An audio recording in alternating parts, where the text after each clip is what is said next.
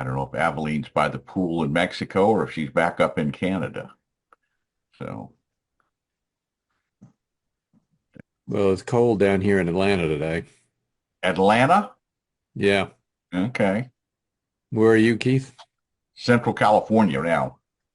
Oh, okay. Well, it's a little early for you, I guess. It's 8 a.m. Well, I'm a farmer, so John always likes to pick on me when I say, man, it's too early. And he goes, man, you're a farmer. I know you're up by 6.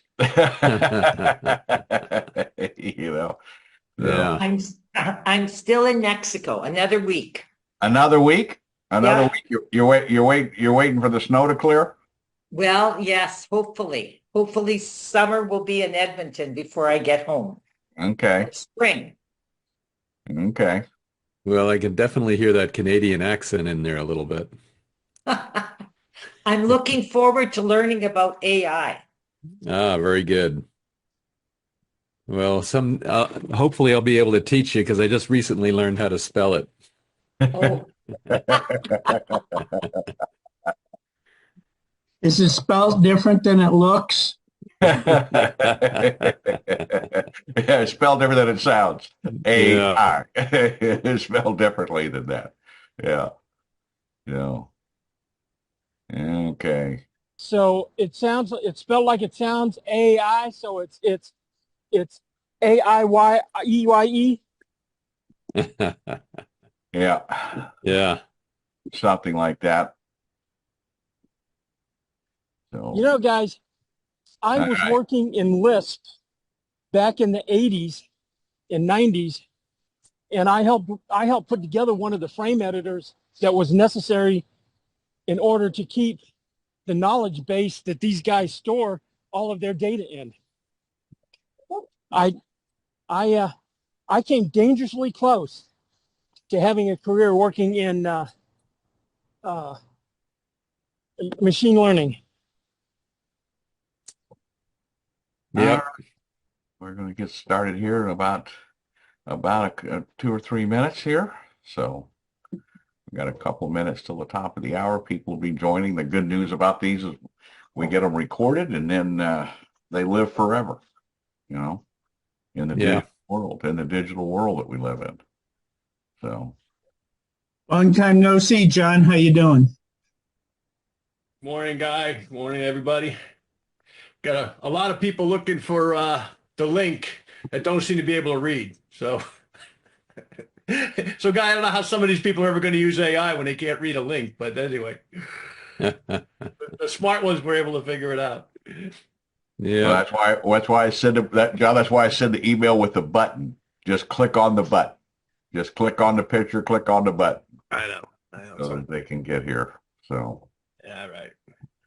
Well, I know Guy's got a busy day, so we are going to start on time. So people who are late will have to go to the video, which is going to be on my YouTube. You can get that link off of the whatever it is, the chat down there if you're not familiar with the 200 plus shows that we've done so far, and another 200 or so coming. We're about to do something significant with either Google or Amazon, by the way, with our show. So we're going to be seeing a lot of scale to it in the next couple of years. Nice. All right, Keith. Well, we got 45 seconds till the top of the hour. yeah, we'll give it till 3 minutes after. So Yeah. then we'll go. Yeah. So, waiting for the other folks here to come. Okay, you got John's YouTube channel is in the chat. If you want to pick it up from there, if you don't have it, that'll allow you to do that. And by the way, Keith, we're not recording yet, are we? Yeah, it's all recorded. We're going to edit it anyway. That's fine. Yeah, by the way, you're going to hear from Guy this morning. Okay. You're going to love what he's going to have to say. You're going to hear from Dr. Carl Rothschild afterwards on red light therapy. And then you're going to hear after that from Dennis Henson on some self-development stuff that's really pretty cool. And then, of course, Dr. Restrepo, Dr. McTavish, as well as two other AI professionals. So you're going to get a lot of information today. Okay. All of the people that are here and speaking today, with the exception of Dr. McTavish and Jaime, Caicedo have interviews up on our YouTube. Okay, so you can go and refer to things that we've done recently with all of these authors. So so if you Yeah. have it, that's where you go to get that info. Okay. Okay. Well, I've got 1 minute after the hour, so once again, we'll get started here in just a moment. My name is Keith Hooper, for those of you that don't know me. We got people coming in here. So it's good to be here on this AI. Whether you like it or not, AI is gonna change things. Okay, whether you like it or not. I was while we're waiting for people to come here, John, let me just share just one little thing here for you. I think you'll find it interesting. Okay, let's hope it plays and doesn't give me grief here, but let's do this. Yeah, no, YouTube is not playing well here. Life on love and rest. True wellness means you're living your best. Nourishing food and a good night's sleep. Meaningful bonds that run oh so deep. Take a walk in the woods, let nature call. Learn something new, rise after you fall. Leave behind those harmful ways. Junk food, booze, drugs steal your day. Health's not a pill, not a shot, not a scheme. It's the food you eat, it's the way you dream. Move your body, soak up that sun. Drink clean water and the race is won. Build your life on love and rest. True wellness means you're living your best. Take control, it's your life to lead. All right, we're going to go ahead and get started. But just so you know, that's 100. Doug LeClaire shared that with me. That's 100% AI music, all the editing, all created by AI. So very, very important. All right, as we get started here, it's 5 minutes after the hour. People will be joining throughout the day as we come and go here. My name is Keith Hooper. It's my pleasure to welcome you all here. We're joined today by a number of significant people. As the statement goes, you'll be the same 5 years from now as you are today, except for the people you meet and the books you read. That's what this seminar is about. To lead this off on this great adventure that we're headed on is our good friend, Mr. John Solider out of Texas. Good morning, John. Good morning, everybody, and welcome to everybody that's up early. I see a few of the California people are up early. I guess the Las Vegas people aren't up early yet. They're texting me. They're just rolling out of bed there. So I don't know what goes on in Vegas. Whatever goes on, they're supposed to stay there, supposedly. But anyway, welcome everybody, and yeah, we will have a lot of people joining us, including a lot of our other speakers. And I know this is kind of a strange time to start a call. I know normally we've done these things in the afternoon, but just to accommodate some of our European friends also that are going to be joining us, we wanted to do this. So this is going to be unique. This is not a seminar about any particular company. I know most of us are associated with the same company in terms of network marketing, and we will be talking about that brand today a little bit. They're actually the sponsor of this show. But, there's so many contemporary subjects that are being talked about. And we're going to talk about a few of them today from people with expertise. AI being the driving force. And I'll just give you a quick example of AI in my case. A lady asked me yesterday, lady from Utah that was interviewing me on her podcast, she said, how has AI changed things for you in terms of your time? Because AI is a scary thing. AI is replacing jobs, folks, in case you don't know that, okay? And it's going to replace a lot more jobs in the years to come. So how do you not get replaced? I said, let me give you two fast examples. One, as some of you may know or not know, I've always maintained my licenses in the life insurance business while I've been in network marketing. Even though I've been tremendously successful in network marketing, I've always kept a foot in the insurance world. And one of the things I've noticed in network marketing is nobody knows a thing about finance. So I just wrote 7 books on finance on subjects like final expense insurance, long-term care insurance, SEP retirement accounts, et cetera, for network marketers that you'll have access to here in the next couple of weeks, hopefully on my website. But why am I saying that? Because I used AI to do 90% of the research. Now, in the past, I would have had to spend months and even years. You know, the 4 other books that I put together took me years to put together because of AI. So what could I do best? I could use my time to talk to people about my business, okay, while I used AI to prepare that. So whatever business you're in, be it network marketing, be it something else, AI is a time saver so that you can do what only you can do in your particular business, whatever it happens to be. Okay. Second point on that. Okay. Work with what's happening. Okay. Not against it. You're not going to change it. Okay. This is a phenomenon that's taken place maybe once in a lifetime. Okay. But I remember in my business career, which, you know, April 18th will be 42 years since I started my first business. And which is, I don't know, Wednesday or Thursday this week, Friday, whatever it is, 42 years. And I think since then we've had, you know, when I started, some of you younger people on the call, like my buddy JJ that just joined us from Houston, who's 21, about to be married 5 weeks from today, by the way. Good luck, JJ. But when we started, we had these things that were called telephones that actually plugged into the wall. Some of you remember that, right? Today, we've got these things that we can launch the space shuttle with. Okay, just to give you an idea how things have changed and evolved. Is that a better development or a worse development? It's a better development. Does your cell phone save you time when you got to call your wife and she says, go to the food store on the way home and pick up, you know, something that we need for dinner? Okay, that maybe she forgot to get, you know, during her timeout. You know what I'm saying? So all of these things help. So don't let it scare you. Now, are we going to become AI experts today? No. No more than you're going to become glutathione experts or self-development experts, but you're going to learn a little bit more. Okay. So with that, I say all that to introduce a gentleman that I've known now for the last couple of months. And he's an author of many books, but this particular one I would definitely suggest you get. It's called The Post-COVID Marketing Machine. And it's by my friend, Guy Powell. Guy, I'll tell you a little bit about Guy. Guy works with marketing teams anywhere from 100 million to over $1 billion. Companies that have challenges quarterly in scaling sales and profits. They're always on the lookout for first-class solutions and best-in-class solutions.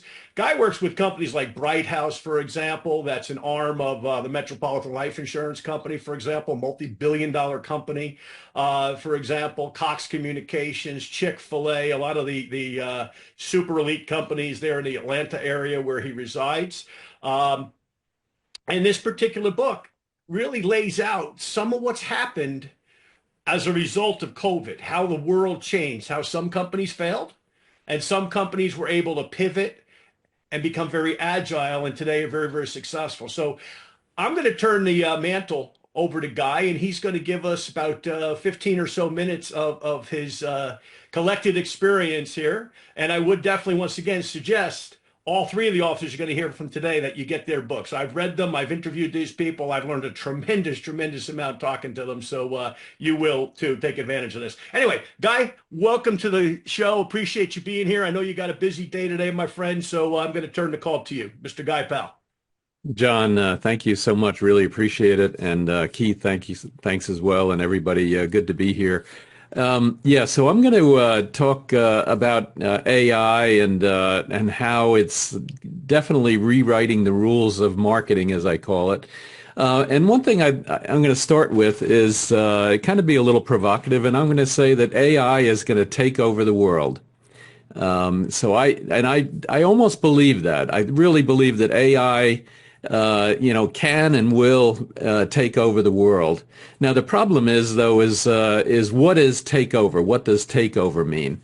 When we think about, some of the movies, Terminator and Skynet and all of those really cool things with Arnold Schwarzenegger that he did and, where it actually took over the world, so to speak, and it had, connections into robots and what have you.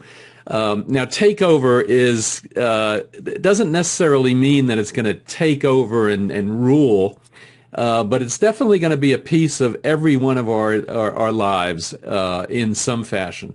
Even when I look at what I'm going to talk about today, I went to AI and I said, "Hey, write me a a mini TEDx talk, and it basically came up with that headline: AI is going to take over the world. And so it's pretty certain that AI is going to be a piece of just about everything that we do.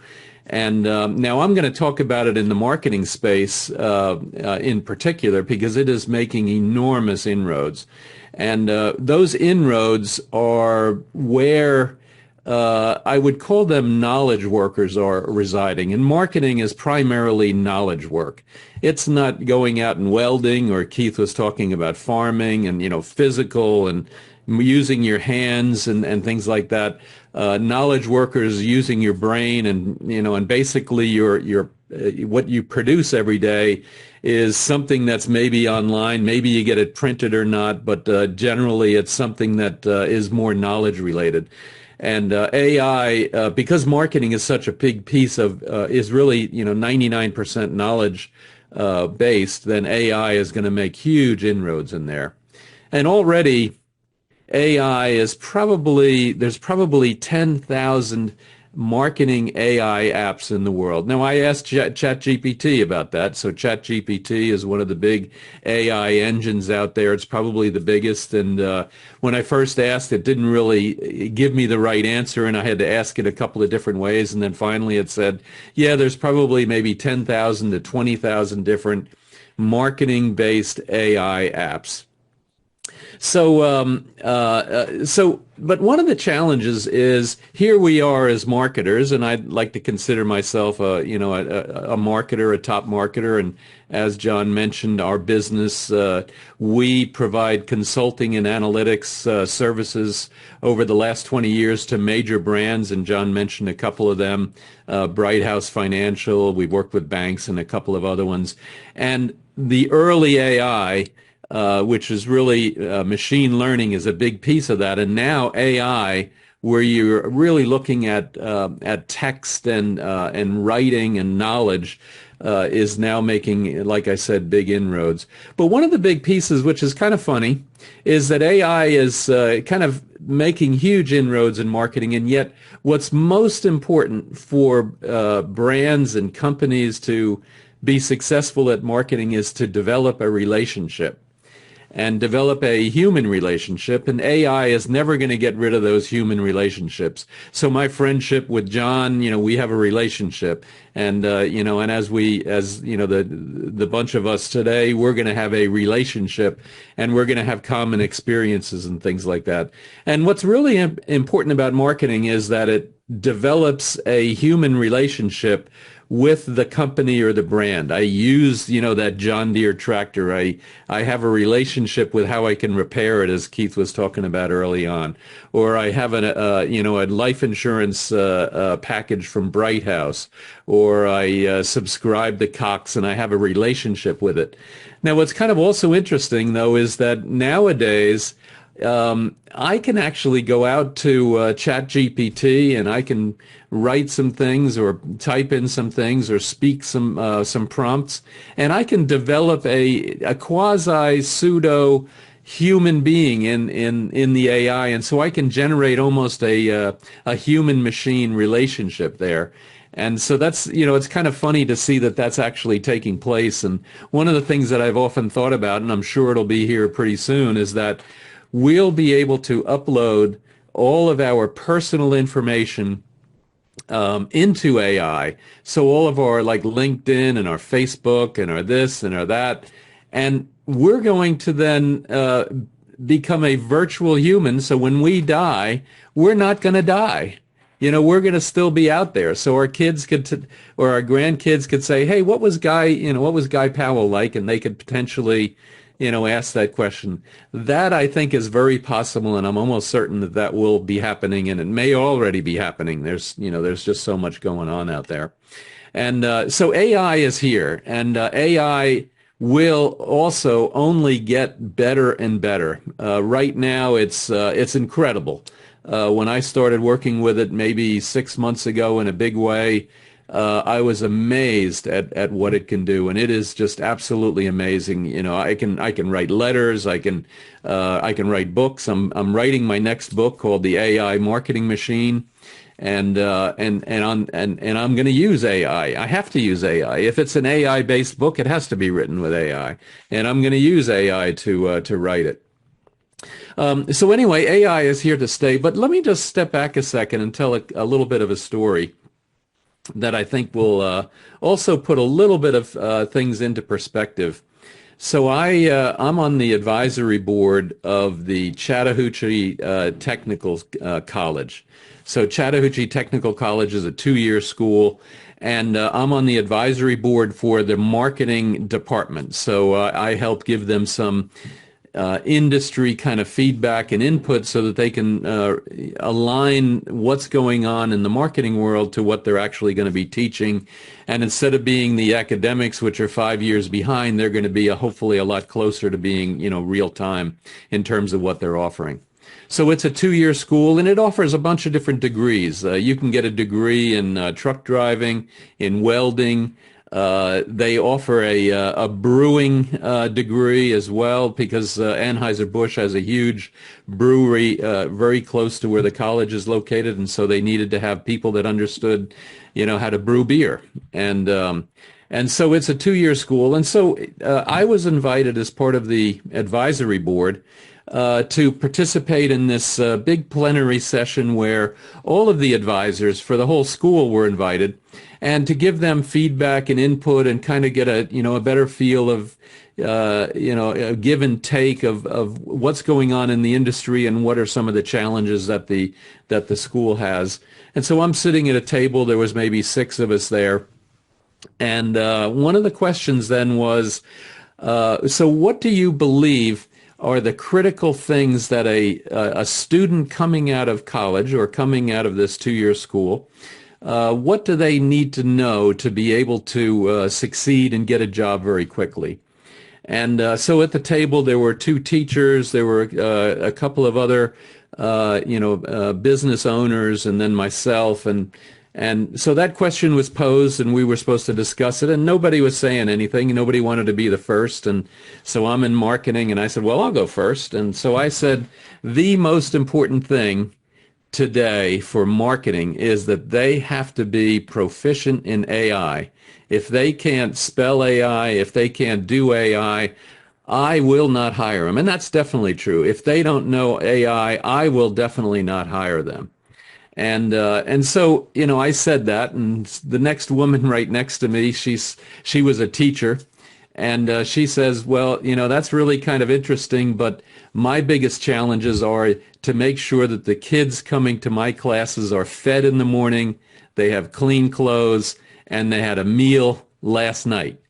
And it was kind of, it was really sad in some respects. Here we are, we have the future of the world at our fingertips with AI and where AI is going. And then she brought me, down to real life, which was there are so many kids out there that need help to get food every day. They need help to get dressed and take a shower and have, a good breakfast so that when they come there, they're not losing their attention because they're hungry. And, so my thought then at that point was, well, how could AI potentially help out, kids that have, problems like that? How could AI do that? And so, we always have to kind of be grounded in what's going on in the world around us, as opposed to, what we personally are experiencing every day. Now, what was interesting about that, though, was that the difference in results that are coming out of that out of the school. So you have then marketing folks coming out, and you have brewers, and you have welders, and you have truck drivers, and a bunch of other trades. And one of the things that's fascinating today is that out of that school, if I get my degree with a commercial driver's license, I can earn today $100,000 to $120,000 right out of college. As a welder, I can earn $100,000 to $120,000. As a brewer working in the Anheuser-Busch brewery, I can earn $100,000. As a marketer coming out of that school today, a knowledge worker, I can earn, if I'm lucky, $40,000 to $50,000. It used to be totally different. Marketers coming out of school were, when I graduated, as a knowledge worker, I would be earning, whatever it was. I was at the equivalent of $100,000, and then it was the truck drivers and the welders that were maybe in the $50,000 range. It has totally flipped, and it's really surprising. And unfortunately, what that means for marketers coming out of college today is that they really have to understand how they can compete against AI. AI is not going to necessarily take their job, but it's certainly going to be and has to be a big piece of their job. They are knowledge workers, and AI is today all about knowledge working. Okay, so just kind of an interesting story, and I think it really helped to ground me in what's going on in the world as opposed to what I work with every day. So there are now getting into marketing and AI. There are really two sides to marketing and AI. There's kind of the strategic side and the tactical side. So right now, AI is primarily being used for tactics. So when you get emails, and what Keith showed is that video, you see videos that are generated, or text that's generated, or images that are generated. A lot of those are AI assisted pieces of materials that are generated. The other side, though, is the strategic side, is how can I use AI to drive my strategy? How can I beat the competition? How can I price my product right, and things like that?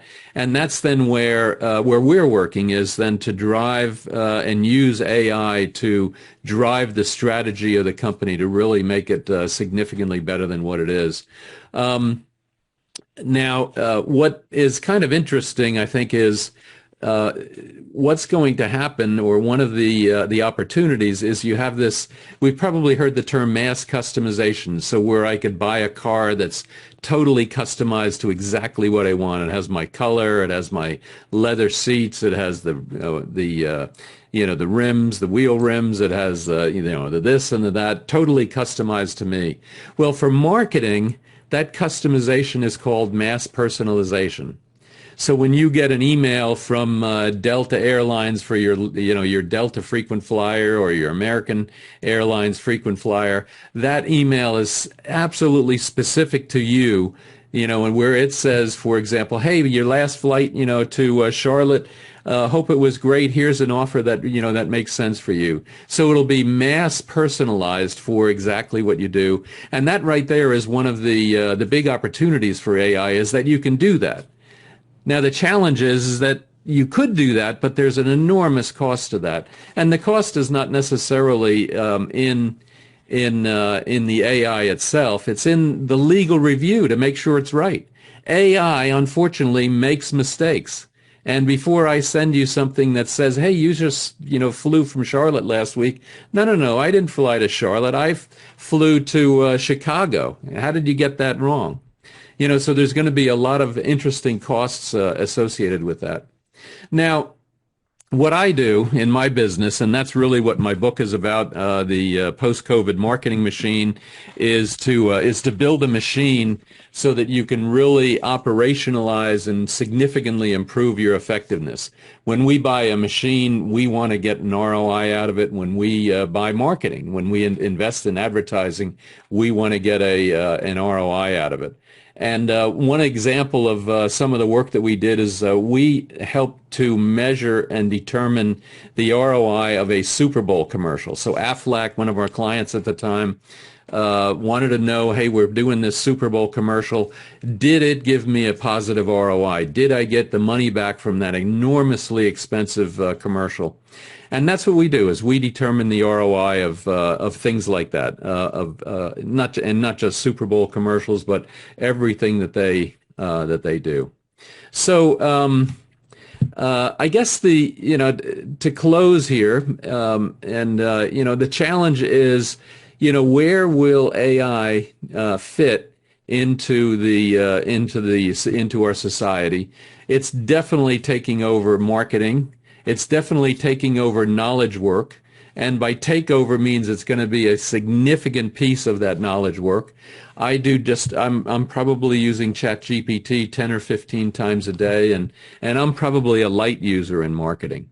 It will be a huge piece of knowledge working. And it'll be a huge piece even for welders and whatever, so that they can get, their job right, but they still will have to, use their hands. So the AI and things like that are going to be very different than something like a knowledge working where we are today in marketing and some of the other jobs. So will AI take over the world? Yes, I believe it will, but it clearly depends on what your definition of takeover mean. As John mentioned, we've got the power of the lunar lander right here in our hands, and soon we're going to have the power of AI right here in our hands, and AI will be just as ubiquitous as smartphones are. So yes, John, thank you, and that I'll close with that and go from there. Well, Guy, first of all, thank you very much. I know you got a busy day. I know you got a board meeting, I think, coming up here shortly. So, Guy, as I say, Guy is a busy guy. Anyway, but folks, buy the book. It's on Amazon. Okay, the Post-COVID Marketing Machine. There's so many good lessons in here. And reference point, Guy deals with major companies. He deals with billion-dollar corporations. But you know what? You and I, as small entrepreneurs, our business is no different. Okay? Guy, I'll ask you a quick question. Keith may have a quick question as well, and we'll move on. Difference between pivoting and agility in small business. Yeah, absolutely. It's funny because especially now, you look at what's going on with the tariffs and the stock market up and down and down and up, and being able to respond and being agile enough to be able to to respond. I could imagine in the boardrooms of every one of the major companies and even small companies. I heard a story the other day of a small retailer buying everything out of China, and whoops, all of a sudden their cost of goods that they want to sell is going to go up by 40 or 50%. And, so how are they going to respond? They've got to be agile. Now they're going to have to figure out how to potentially buy it out of India or out of Vietnam, or hopefully maybe even here in the U.S. So being agile is I think the state of being, whereas pivoting is the actual movement. So when I pivot, I pivot on the basketball court. I'm watching the March Madness. I pivoted on there. So it's the actual move in my mind. So the pivot is the move. The being agile is being ready to move and planning to move. And so that's kind of how I see that. So in a marketing sense, it's being ready to pivot when all of a sudden you can't get your, the products that you expected at the price that you wanted, and being able to pivot to being able to, to purchase those and have inventory enough to be able to sell. Great. Keith, any question? Absolutely. So, Guy, what I would ask is, so when you're talking about marketing, I think the most important thing that people market is themselves. And in every instance, and so learning that marketing and learning that AI, I know in our other business ventures, from trucking companies to farming to banking to whatever, a lot of the people that we have that come through the doors, if they don't have the ability to market themselves to us, they never get that second interview, Guy. So I think it's real important to go back and pick up your book. They're going to pick some things up in that book that allow them to market themselves better in the marketplace, because that's the number one commodity that they have to market, right? Oh, you are so right. You are so right. It's so funny that you bring that up, because the most important thing that you can market is yourself. And it doesn't matter whether you're looking for a job or trying to sell an idea into the company, or you're trying to get a raise or a promotion, or you're on the board. Your most important thing that you're trying to sell is yourself.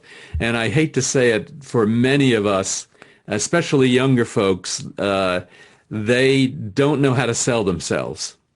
And so they think that their marketing brochure is their resume, and that's only the the one little piece.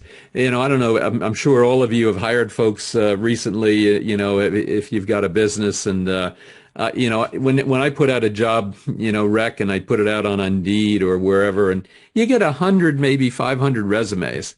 And and I compare that with when I'm talking to young folks that are looking for a job, and and trying to mentor them, and I say, listen, you got maybe 5 seconds, for that person to look at the resume and go on to the next. That resume has got to get you that first 5 seconds, so that the 5 seconds buys you the 100 seconds to read the rest of it. And so that piece of information and that marketing of how you market yourself is so critical. And so I couldn't agree with you more, Keith. Great, great. Well, Guy, thank you so much, my friend. Appreciate it. And great book, folks. Pick it up. And Guy's got a number of things, by the way. He's also written a book on the Shroud of Turin. So you might say, how does an AI business guy know about the Shroud of Turin? But that's something we'll be talking about on Ink and Insight here in the next little bit as well. But Guy is our guest, was our guest this prior Wednesday and is coming Wednesday on Ink and Insight on our YouTube channel. So you can hear interviews about this book that we're talking about, as well as our long-form interview is going to come up here in the next couple of weeks as well. So, these are the type of people you need to be listening to. I realize a lot of us think we're in this tunnel of network marketing with one little company. Well, a $700 million company yesterday in our industry closed. So pay attention. Okay, be on your game, sharpen your sword, learn about AI, learn about what's going on in the world, learn about podcasting, learn about the things that we're talking about, okay, versus trying to be in your silo and ignoring everything else, because there's a lot of change going on in the world.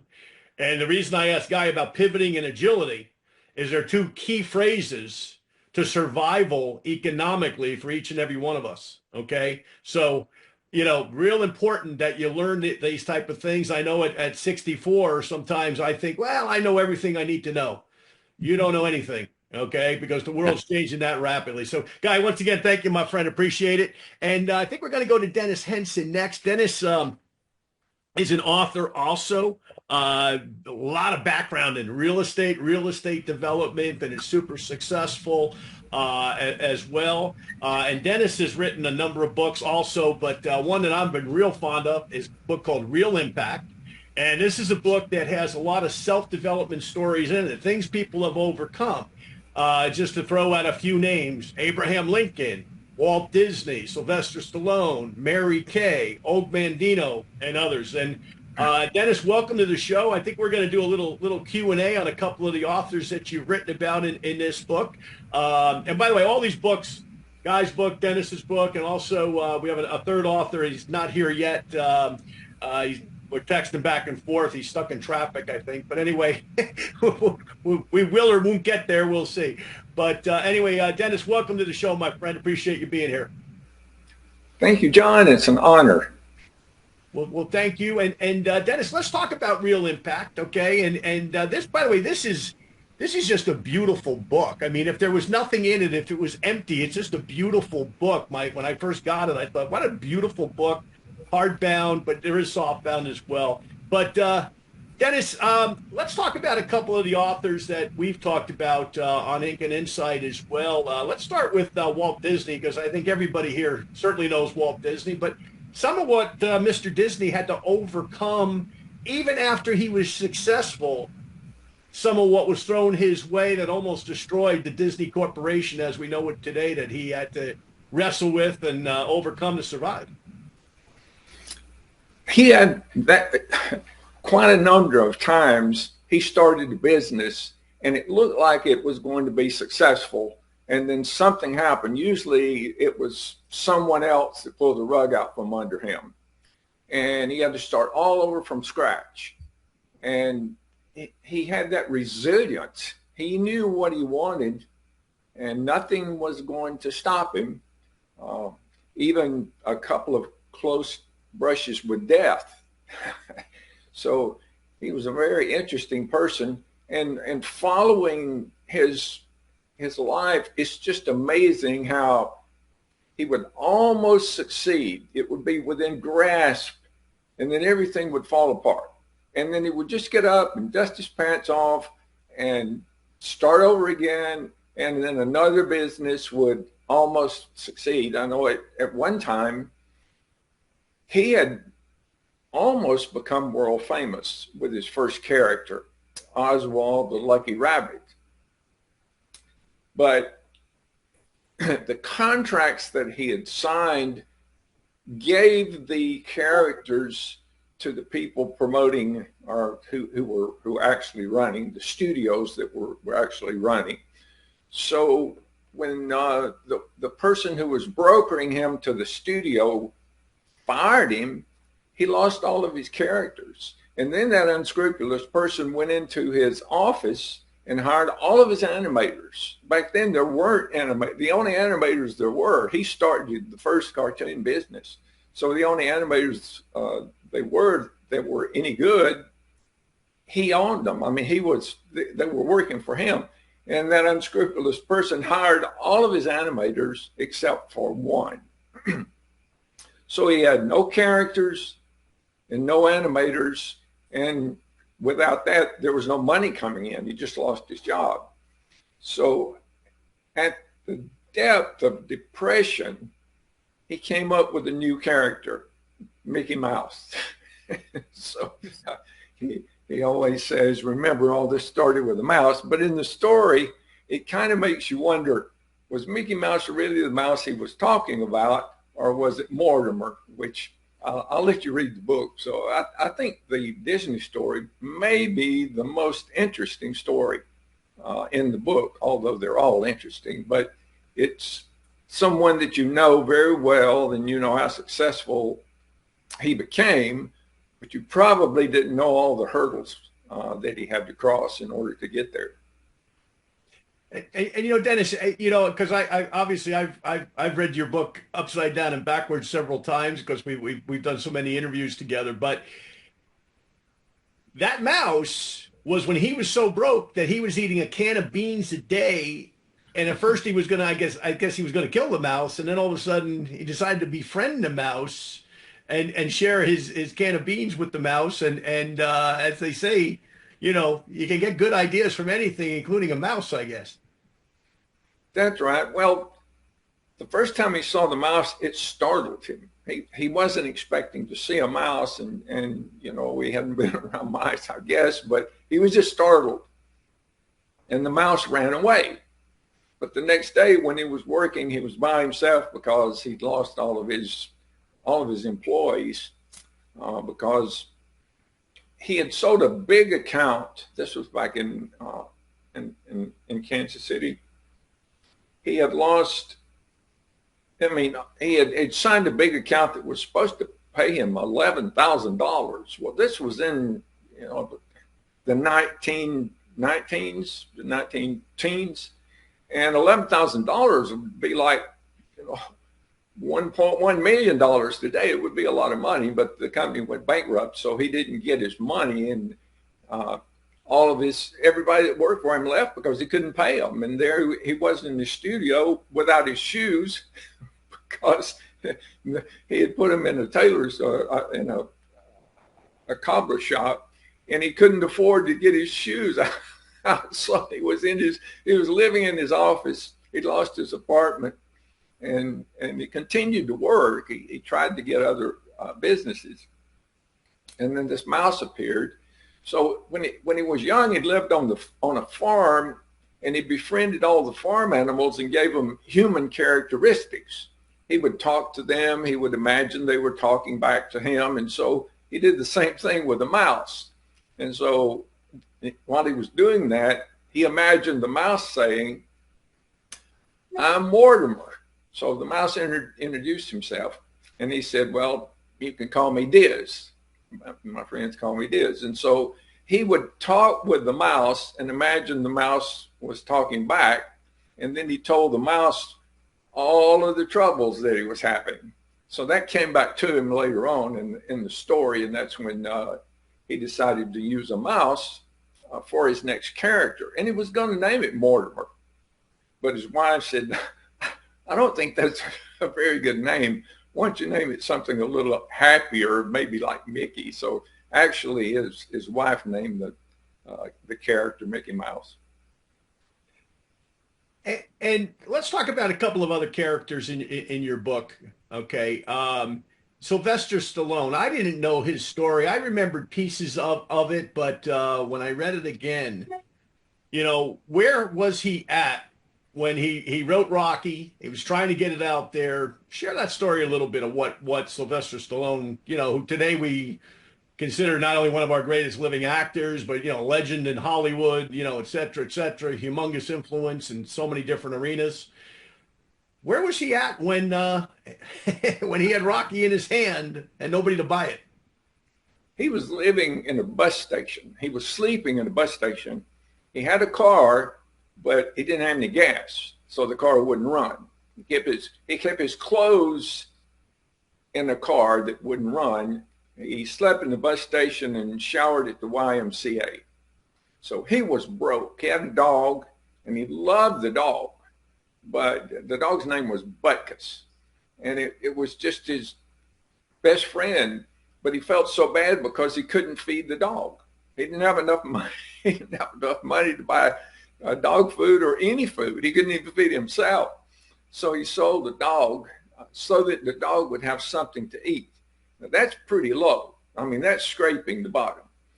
And he had already been in a movie, but it was a big flop, and he hadn't done a very good job. So his chances of getting another position as an actor were not very good, but he had a burning desire to become an actor. He had a severe birth defect. The entire side of his face drooped, and it caused him to, and his speech had a speech impediment also. So he had everything going against him. You know, no money, had a hard time talking. He looked funny. So he was still going out and trying to get acting jobs. But after he sold his dog, he was in a bar, and then at the bar, he saw Muhammad Ali fight the Bayonne Bruiser. And nobody expected the Bruiser to stay in the ring with Ali more than one round.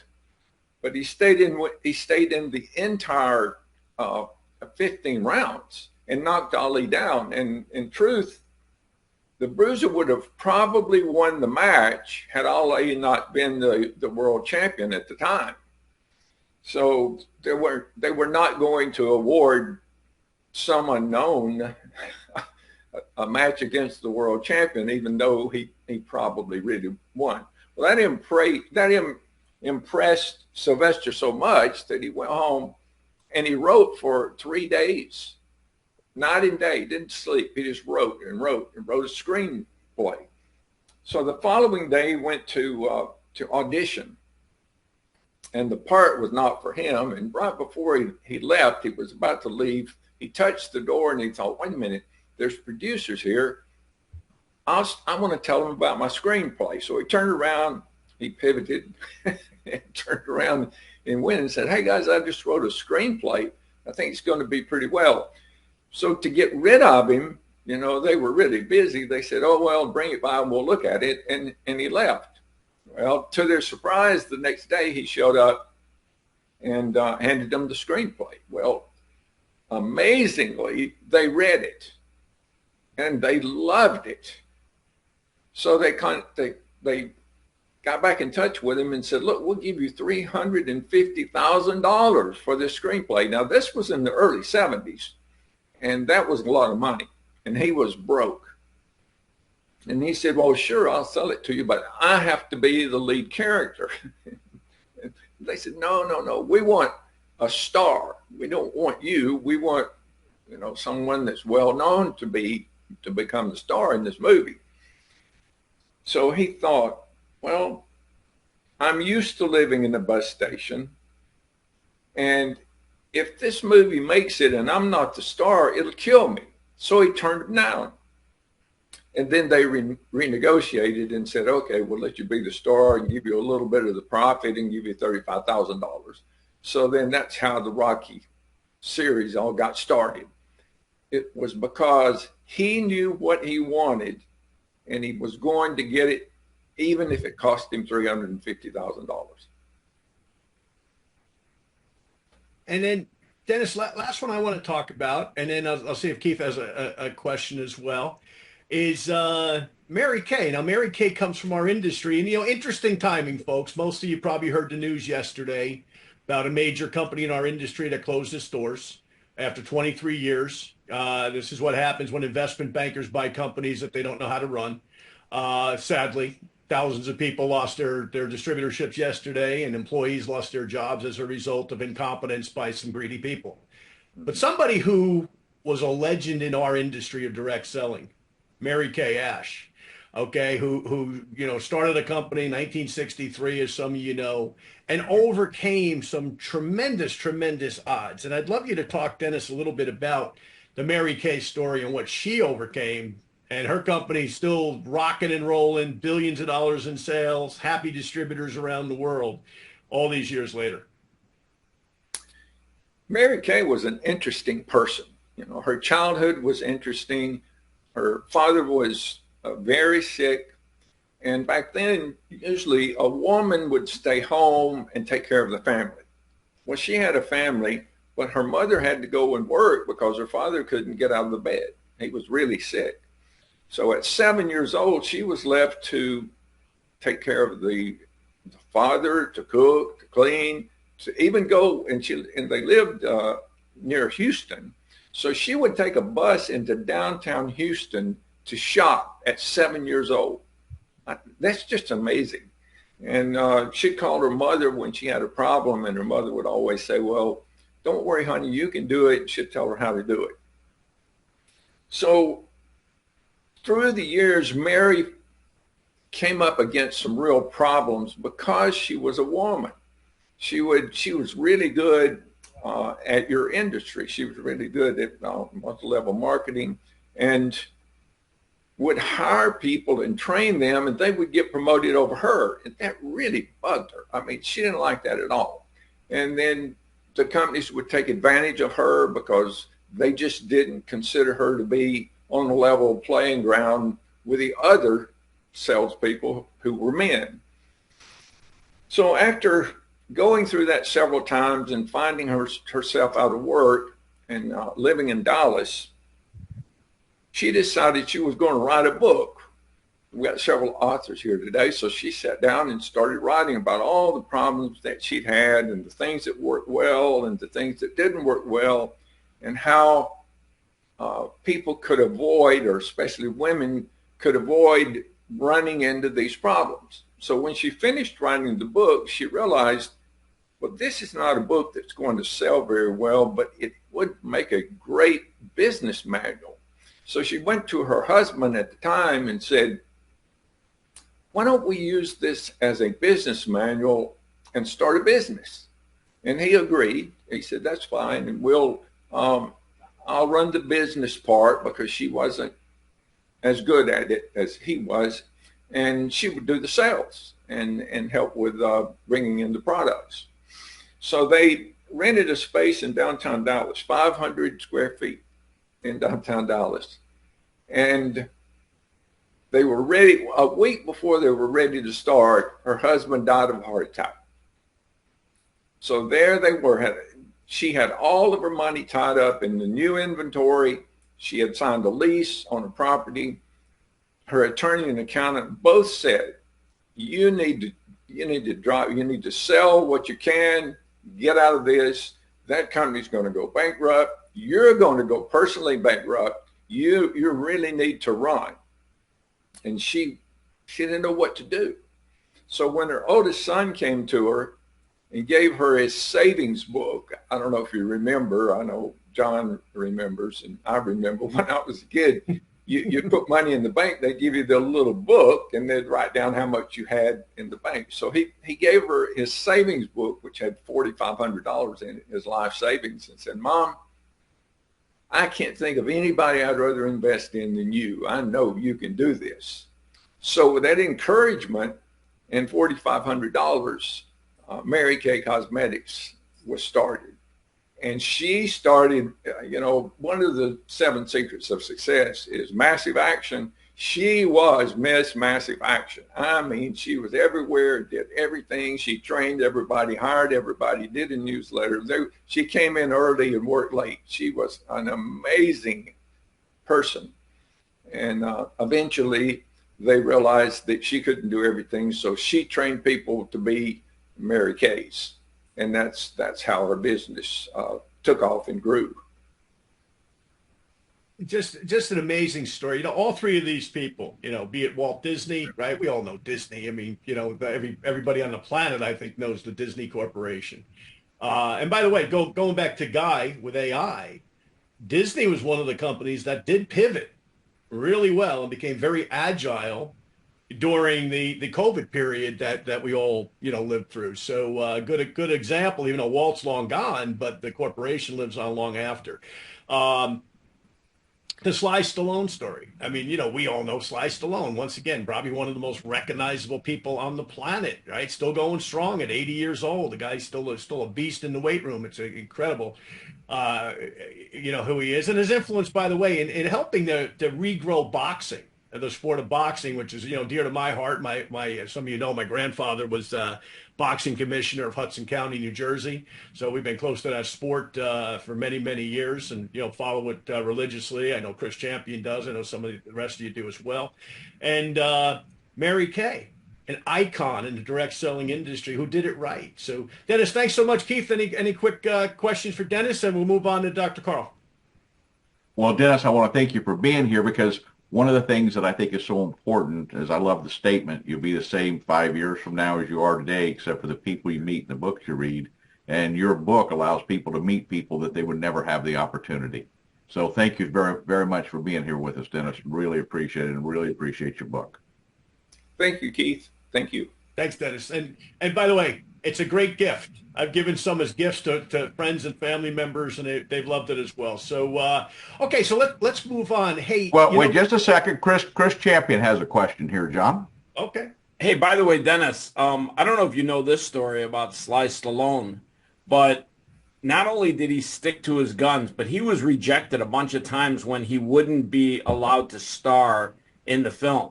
And what you're referring to where his face sagged is he had Bell's palsy, which is basically an onset of an early stroke. And it was so bad early on that when he acted in Rocky and he had that big, deep, "Yay, old Adrian," that was actually the way he spoke. And over years after he became a little more successful, was he able to address that Bell's palsy that affected not only his speech, but the side of his face, to what he is today, which is a very well-known speaker. Right. And I just wanted to say one more thing about the book. It's not about the stories. The book is about forming the habit of reading something positive every day that leads you toward your goal. So the stories are just interesting. They're poems and quotes, but the book is set up in such a way so it makes it really easy to form a powerful habit to move you toward your goal, and it makes you have a goal.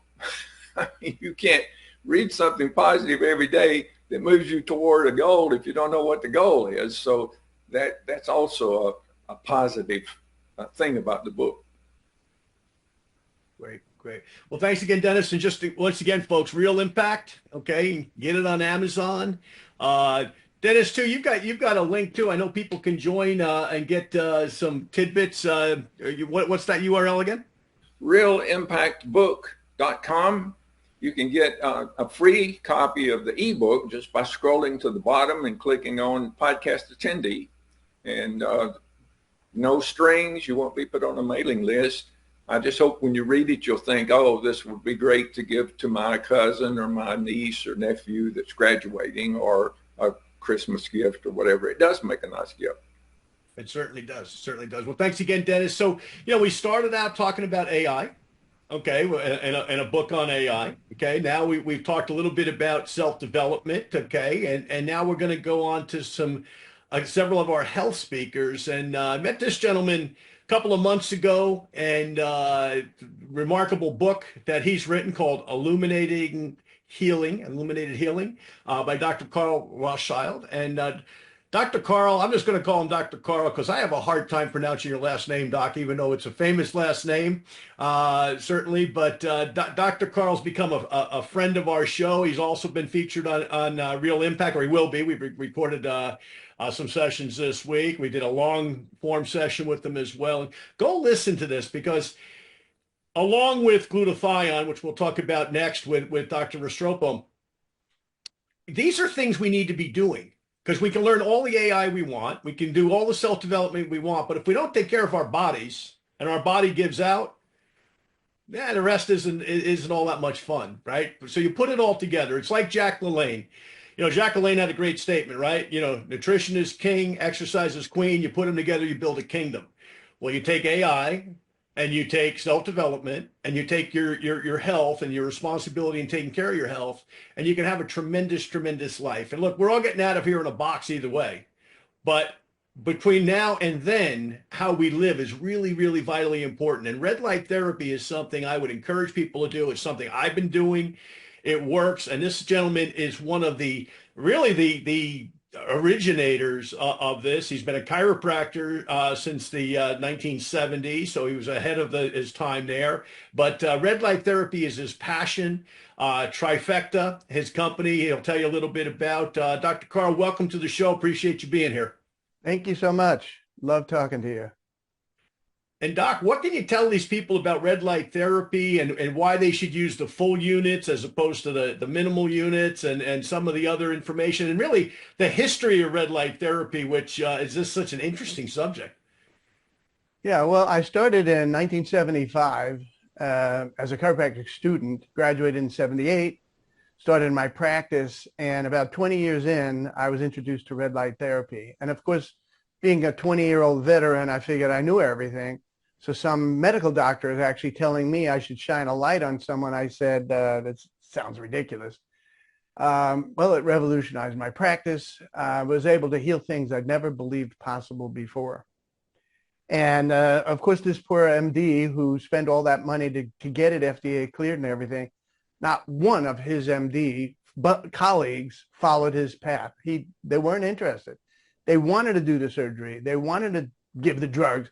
And they would not entertain the possibility of using red light to do the things that we now do. So the chiropractors took to it like unbelievably because one, at worst, it does nothing. That's the worst. And I hardly ever see that. At best, we could take somebody who, for example, was having a heart attack once a week, which I had never heard of before, and go from somebody who was having a heart attack once a week to somebody who's fully vibrant. And I mean, once a week, I'm talking about for 12 years. They had implanted a defibrillator into his chest. So every time he died, it would zap him back to life. And he was dying by the time we met him. And now he's vibrant and healthy and his erectile dysfunction is gone. And everything is back to normal. And no, I didn't anticipate these. I didn't expect all this. But witnessing it happening and learning how it happens and why it happens has been outstanding for me. I mean, you know, I've always preached to my patients, again, as you say, something about a box. I just say the most important thing is to try to age gracefully. And can't stop you from getting older, but wouldn't it be nice that when you're 80, you're not a burden on society, you're not a burden on your family, you're not sitting in a wheelchair, you know, you're not, you can't wipe yourself, you can't clean yourself, nothing. You don't want to be like that. I've had, not a lot, but every once in a while I have a patient come into the office. And I was in practice for over four decades with 12 practices, and I saw a lot of people. And every once in a while, there'd be somebody that I would, to myself, I would pray to God, please don't let me wind up like that.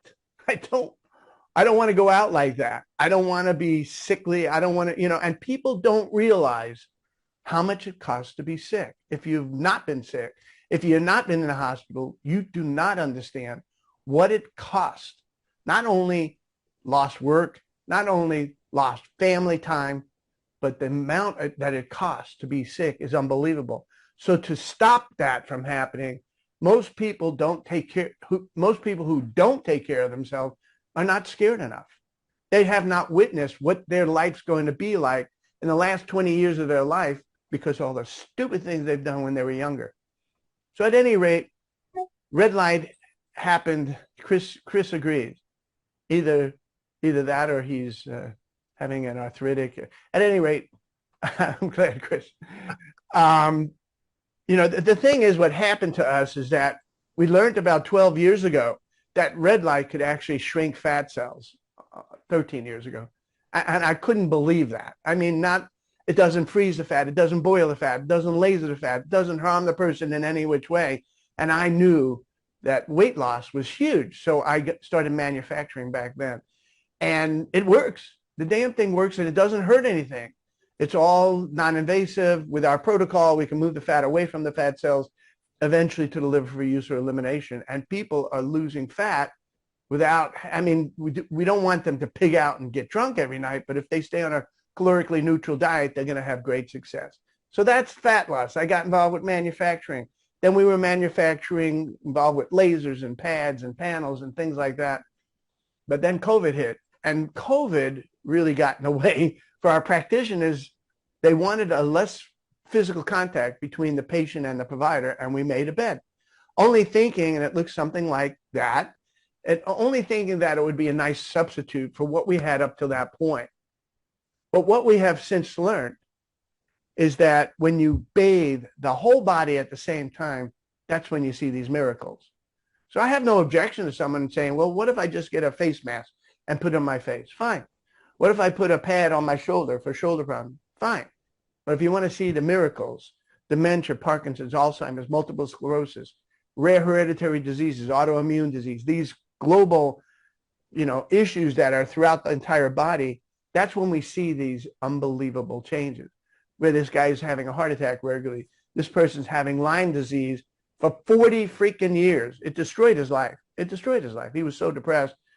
And he was in his 50s before he ever met anybody involved with red light therapy. He got in one of our beds, gets out of the bed, and goes and dismisses it as hooey because he didn't feel any different. But 5 hours later and years after that, he feels fantastic. Now he's had more treatment, but it can take somebody, and you just have to experience it. It's 6 visits. Try it. And it's unbelievable. And what's interesting is the worse off somebody is, the more dramatic the change is. So if someone feels great and gets in the bed, I don't know if they're going to see a difference. They probably will see something. But if they're a mess, those are our targets. People that are a mess get in the bed, and the change in 6 visits, that's 3 times a week for 2 weeks, typically is significant. They might need a lot more. We had Jerisha had a stroke, and after 8 visits, she was better than she was before she ever had the stroke. But she needed more treatment just to recover some of the other stuff that was going on with her before she ever had the stroke. So I'm 72 years old, and I get in the bed 3 times a week, and I don't have a particular ailment. I'm trying to avoid particular ailments. But that's what it's about. It's not just about red light, obviously. It's about I eat smart. I try not to consume anything that's going to do me in, including smoking or drinking. And I do what I can to take care of myself. But red light has taken me to a whole nother level. So how I feel, how I look, and things like that. So the skin is going to look fantastic. I could go on forever. I wrote the book. Most of the times I do podcasts that are 1 hour long, and they have to shut me the heck up. So you guys have any questions? Well, you know what? Just a couple quick things, Doc. Okay. Now, I know recently that Nobel Prize was awarded for lupus with a doctor who has worked along with red light therapy. For example, if you want to comment on that, and also how NASA has been using red light therapy with the astronauts. So we had a guy in Pasadena, California, as a matter of fact, who had lupus. And I actually met him. He came out to the Beverly Hills location of one of our practitioners, and I met him there. And he was extremely doubtful that this would make any difference for him at all. And we get him in the bed, and after 3 or 4 visits, he couldn't believe how, and now he's a chiropractor in Pasadena. And of course, now he has one of our beds, because from a business point of view, having the bed is a great, smart business idea. It's going to attract people to your office. You're going to be able to heal things that you never believed possible. but also the whole aesthetic world. But getting back to lupus, his lupus was fine. After about 2 weeks, he didn't have the worst case of lupus, but he had the early stages and stuff like that. And now he's perfect. And so he referred, before he bought the bed, he referred his mother, who had a great experience. He referred his brother, who had broken his ankle. He was a professional basketball player. I think he was playing in Japan or whatever, broke his ankle, and that ruined his career, obviously. But he was also in pain every day. And after 2 weeks, that pain's gone. Now, it's not about pain relief. It's not about symptom relief. What we're doing is we're actually getting to the core of the problem. And the core of the problem is typically mitochondrial dysfunction. Now, I don't know how many of you guys remember mitochondria from your biology classes, but when I went to school, we were taught that there was one mitochondria in every cell in the body, and the mitochondria was in charge of energy in your body. So if you have a proper functioning mitochondrial system, you can heal from many things. You can do much better energy-wise, clarity-wise, digestive-wise, a whole myriad of different things. But what they have since learned is that it's not one in every cell. There are 5,000, in some of the cells like the heart, which has the highest demand, there's over 5,000 mitochondria in each cell. And the mitochondria is the reason why you breathe oxygen and you eat food. It creates that incredible molecule called ATP, which is called the energy currency of the body. And without that, your body has nothing to handle the energy that it needs, whether it's for healing or just living. And once we bring the mitochondria back to normal, we start experiencing results that are quite surprising. I mean, when I get somebody who has Leber's hereditary optic neuropathy, which means he's going blind, he's going to go blind. And he's got various headaches, including migraines and regular headaches and insomnia and all these other symptoms going along. But he had surrendered to the fact that he was going to go blind. And we stopped it. We halted the progression. Did I think that was going to work? Everything's about hoping. Now, if anybody comes to me with Leber's hereditary, LHON, I'd say, get the hell in the bed. But that's what happens with all these things. I don't know if it's going to help. The only thing we do know is that in the 50 years they've studied this stuff, there's never been a recorded side effect. And the only other thing that we know is that in most cases, it's very helpful. Couldn't hurt somebody if you tried. And in contraindication-wise, there really are no real contraindications. So you can get in there with pacemaker, defibrillator, metal implants, shoulder hip replacement, hip replacement, whatever, staples. You can get in the bed, no contraindication. The only one that's a legal contraindication has to do with pregnancy. Because if that baby comes out anything other than perfect, they're going to want to blame somebody for it. So we just tell our doctors, you know what, while she's pregnant, let's not treat her. And then when the baby, when she delivers, like immediately after that, if you can get her in the bed, that's ideal. She'll recover, especially from a C-section, so much quicker. So anyhow, that's my response to lupus. I'm a clinician. In fact, I used to be a microbiologist before I became a chiropractor. And I'll be honest with you, I don't like research. It's boring as hell. And studying biology and studying viruses and bacteria didn't really do it for me. And that's why I went into being a clinician. So what I do, my research is showing, and some people might say, well, that's anecdotal. You need real research. If you guys are the kind of people that need to have all the studies, all you have to do is go to Google Scholar. If you're not familiar with Scholar Google, it's actually scholar.google.com. If you're not familiar with that, you should be. I would like to recommend you go there and then put in the word photobiomodulation or red light therapy. Photo for light, bio for tissue. Modulation is it does something. So 50 years ago when NASA was working on this, they coined that phrase to say, well, light had some effect on the body. And NASA's been involved and many countries have been involved. You know why the United States lagged behind is because this country's about money, not as much about healing. So if you want to know which direction we go, just see where the money goes. So we're great at doing surgery and we're great at electrical components because they can make a fortune off of that. And we're great at pharmaceutical stuff. So let me give you an example. A patient of mine had ulcerative colitis.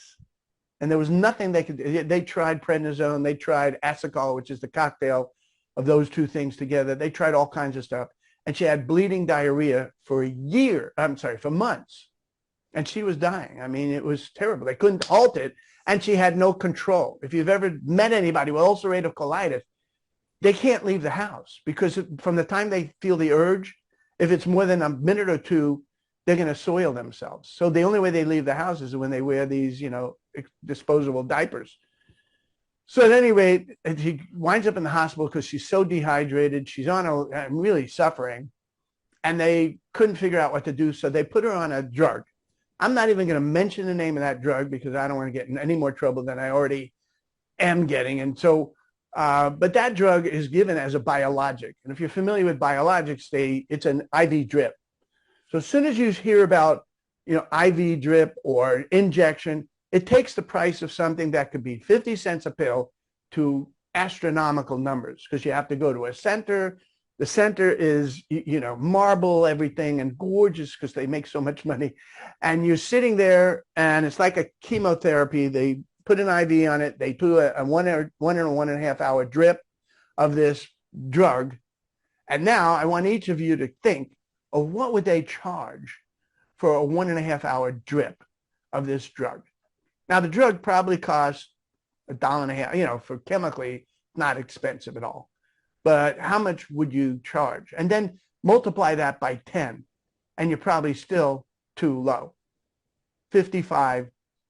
1.5 hour dose.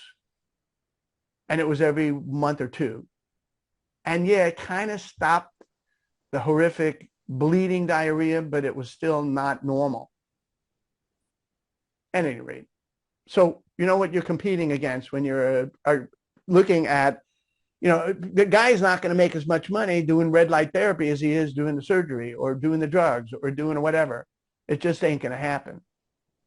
So as long as you understand what we're up against and why we were kind of excited that RFK Jr. was going to be involved, because he even said we're going to be isolating maybe the importance of healing more than profit. I don't mind somebody making a profit, but if it's at your expense, in other words, maybe you don't need that shoulder surgery, but this guy is motivated because he's going to make thousands and thousands of dollars doing that surgery. So we've got a wacky motivation here in this country, and I've witnessed it for 47 years. Do I think chiropractors are perfect? No. I mean, there's problems in all the industries for sure. But if you give them motivation to make money versus healing, that money wins out many times. So Doc, two things, because the doctor lives in the Los Angeles area, but Trifecta is available across the United States. Is it available in Canada also? We've got some Canadian folks. We've got a few Canadian devices. And they just go to Trifecta Light and check for a therapist in their area? No, you go to Trifecta Light and you request. We used to put in all of our practitioners, and there are crappy people out there, and we couldn't list our locations any longer. So what we have is you go there, you request, you put in your zip code, let's say, and then one of our staff members will get back to you, getting you the closest location nearest you. And I've used this, by the way. I around the time when I met Dr. Carl, I hurt my back. And as some of you know, I've had multiple surgeries on my body, but my back in particular. And I went to a therapist here in Dallas that he recommended, and I walked out and I was like, man, my back didn't hurt. And ironically, I had my chiropractor the next day. I went to my chiropractor who said, oh yeah, besides chiropractic, the best thing you could do is red light. So I'm glad you did that. You're all warmed up for me. So there you go. Doug LeClaire, I think you had a quick question. We'll go to Keith and then we'll move on to Dr. Restrepo. You got to unmute, Doug. I think Doug had a question. Yeah, the unmute button was on my other screen. There you go. There you go. Anyways, just I guess you answered it when you said where we could get access to it or even purchase the light for ourselves. Well, so now these are medical grade high-end devices. So we're not talking about, I'm going to use the word junk, the stuff that you can get that's from China, where you can buy shoes for $3.50 online, So That's not us. There are beds that are hundreds of thousands of dollars, and then there are stuff online that's cheap as hell. That's not medical grade. So we're using medical grade devices, which makes us a little bit more expensive. The lease is about $1,400 a month. And a medical lease is different, uniquely different than a regular car lease, for example, in that with a medical lease, the last payment converts to a loan and you own it. So it's a lease to own. But it's about $1,400 a month. And this is a very high-end piece of equipment. So mostly the people who have more money than health, they get it. So we do have quite a few home use devices, but most of it is as a business. And as a business, it's fantastic. I mean, driving people into the facility. One thing, that you said your chiropractor said that next to chiropractic, red light is the next best thing. And I, as a chiropractor for that many years, I kind of agree. But I'll tell you, the whole time I was a chiropractor, and I was good. I know there were better, and I know there were worse. I was pretty good. And what I was always looking for, remember, I started as a hippie. In the 70s. So I wanted to emphasize more healing than making money. And I mentioned that already. But what was important to me was getting people better. And what I loved hearing was a phrase that basically covers this, which is, thank you for giving me my life back. And as a chiropractor, I heard that sometimes. But now with the red light bed, we're hearing it all the time. Thank you for this guy who had autoimmune and couldn't walk. He had Charcot-Marie tooth disease, which is a weird name, but it's an autoimmune that guaranteed him 15 years of pain, 15 years of not being able to walk. And after 6 visits, 2 weeks, he's walking, treadmill, bicycle, no pain. I mean, so we didn't always we almost never anticipated these things. We only hoped for new things. Now that we've seen dozens and dozens of different ailments and seeing how things have succeeded, we have a bed at the Beverly Hills. Maybe I won't say the name of it. It's a cancer center in Beverly Hills. And knowing that we shouldn't touch cancer because cancer is a quadrillion-dollar business. And if they for 1 second thought we were taking money out of their pockets, we'd probably get ourselves in trouble. But if you do the cancer treatment and make all your bazillion dollars from the chemotherapy, radiation therapy, and everything else, now you've got a patient who's there's a huge percentage, not a large percentage of them die from pneumonia because their immune system is shot, their body is shot, they're in a lot of pain. So the bed is in that facility for the post-cancer people, and they love it. They're loving it. Yeah. And the other thing that I want to mention is that I talked to you about being worse off, that you'll see more dramatic changes, but also athletes. If an athlete wants to perform at their peak, they get in the bed before their activity and they'll perform much better. And if they get in the bed afterwards, they're going to recover much faster. So we have NBA teams that have our bed. We have 2 major athletic facilities in Florida that have our bed, and we're starting to spread that out as well. So anyhow, Chris, you raise your hand. You have to go to the bathroom? Thank you very much. You're welcome. Muted, Chris. Chris, you muted. We'll go to Keith, and then we're going to move on. Good. We're going to Keith after me or before me? After. Okay. So actually, I do have to go to the bathroom, Carl. So very astute that you could figure that out. The 1 is P and 2 is exactly. It's actually that one. On a side note, it's pronounced China. Just so you know, China. This is actually a serious question, and I'm asking just because I'm curious. Has your red light therapy beds been used on dogs? And if so, what are the benefits? And the reason why I'm asking is, as one of my dogs gets older, he gets these fatty lumps in his body. And the vet says, hey, take him for walks, get him exercise, but it's just how something that happens to chocolate labs when they get older. And I thought to myself, wow, I wonder if I can get his fat ass on one of those beds, and maybe that might help him. So let's talk about vets for a second. It was 26 years ago that this medical doctor was the first one to get FDA clearance for red light therapy, and the veterinarians were already doing it before. They didn't have the same restrictions that we had with humans. So they were strapping these lights on horses, particularly large animals, large dogs and horses. Because, you know, your average little cat's not going to sit still any length of time or let you strap anything on them. So with the horses, they had great success. You know, otherwise they would have to put the horse down. Might not be able to go back into being a premier racing horse, but they would be able to save them. So they had very nice success. I, in fact, went to a veterinarian convention right around that time, thinking I would be able to work with them. And we had some success, but I got so busy with humans. I said, you know what? And I have more fun with humans. I said, okay, I'm not going to really pursue it. But yes, there's plenty of red light experience with large animals is what I'm going to say.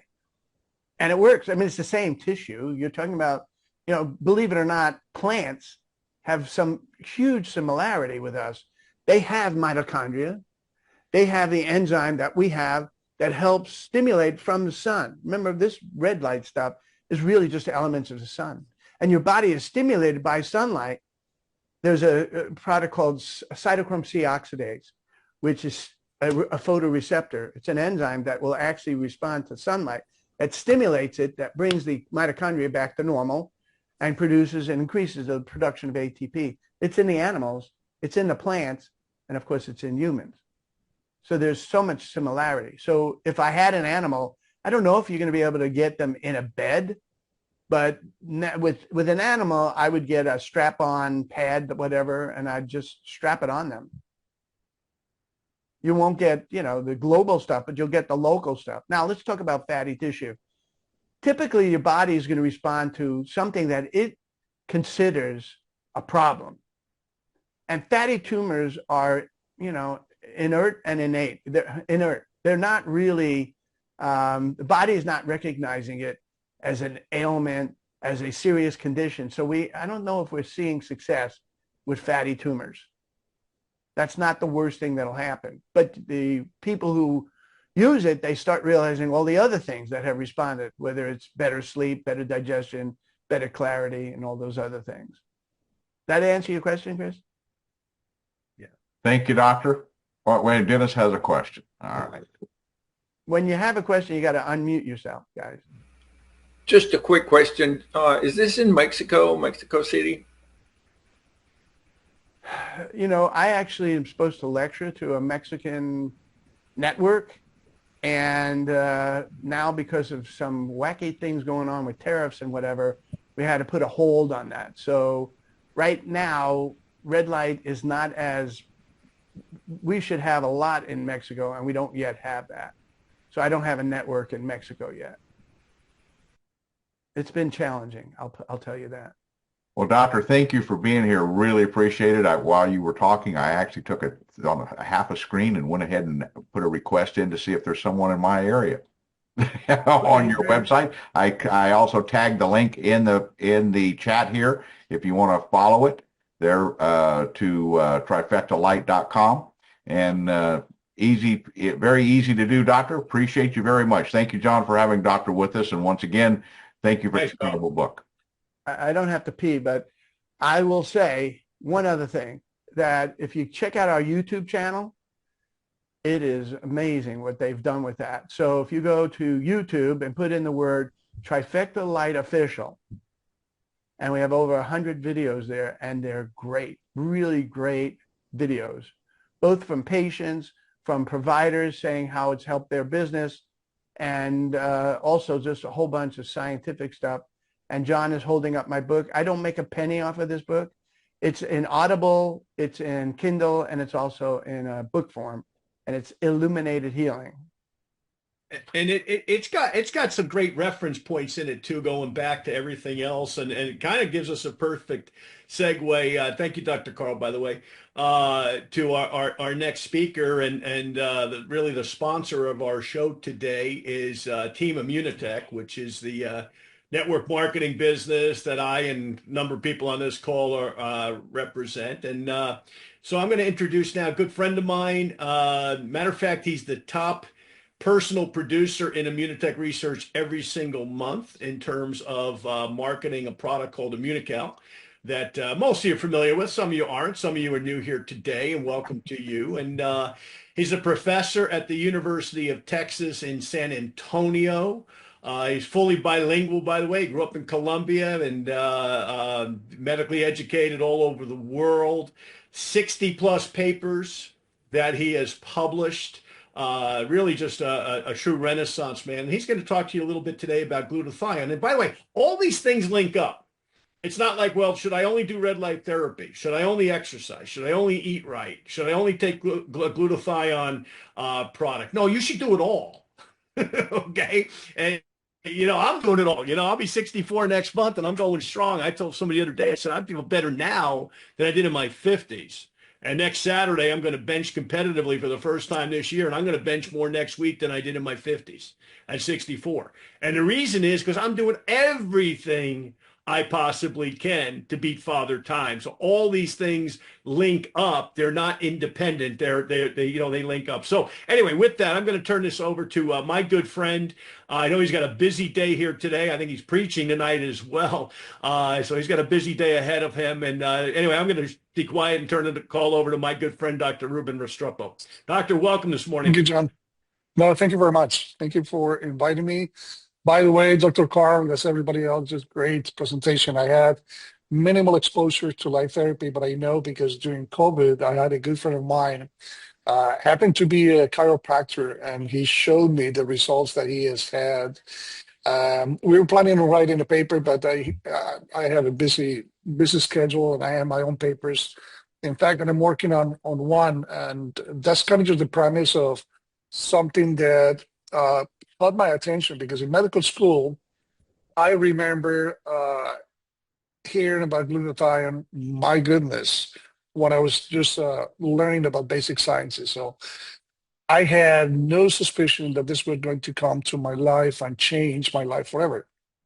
And I think Dr. Carl referred to there's a before and after. So I'm turning 62 in a couple of months. And I guess when I compare myself to doing something that most of my colleagues are not doing at this point, I can clearly tell that there's a significant difference in about the report in our chats of this is what's going on. And by the way, I got triple bypass yesterday, but everything is fine. And now I have been diagnosed with this. And all of these years, I've been listening to that, but I don't know if it has happened to Dr. Carl, somebody else, is that within your group, it's very hard to convince people. I think at this point, just doing network marketing as a professional, just people believe that you're going to be just rich out of them just getting the benefits. So I was re-exposed to the word glutathione. There was a platinum of the company, this engineer, Rafael Garcia Pelayo.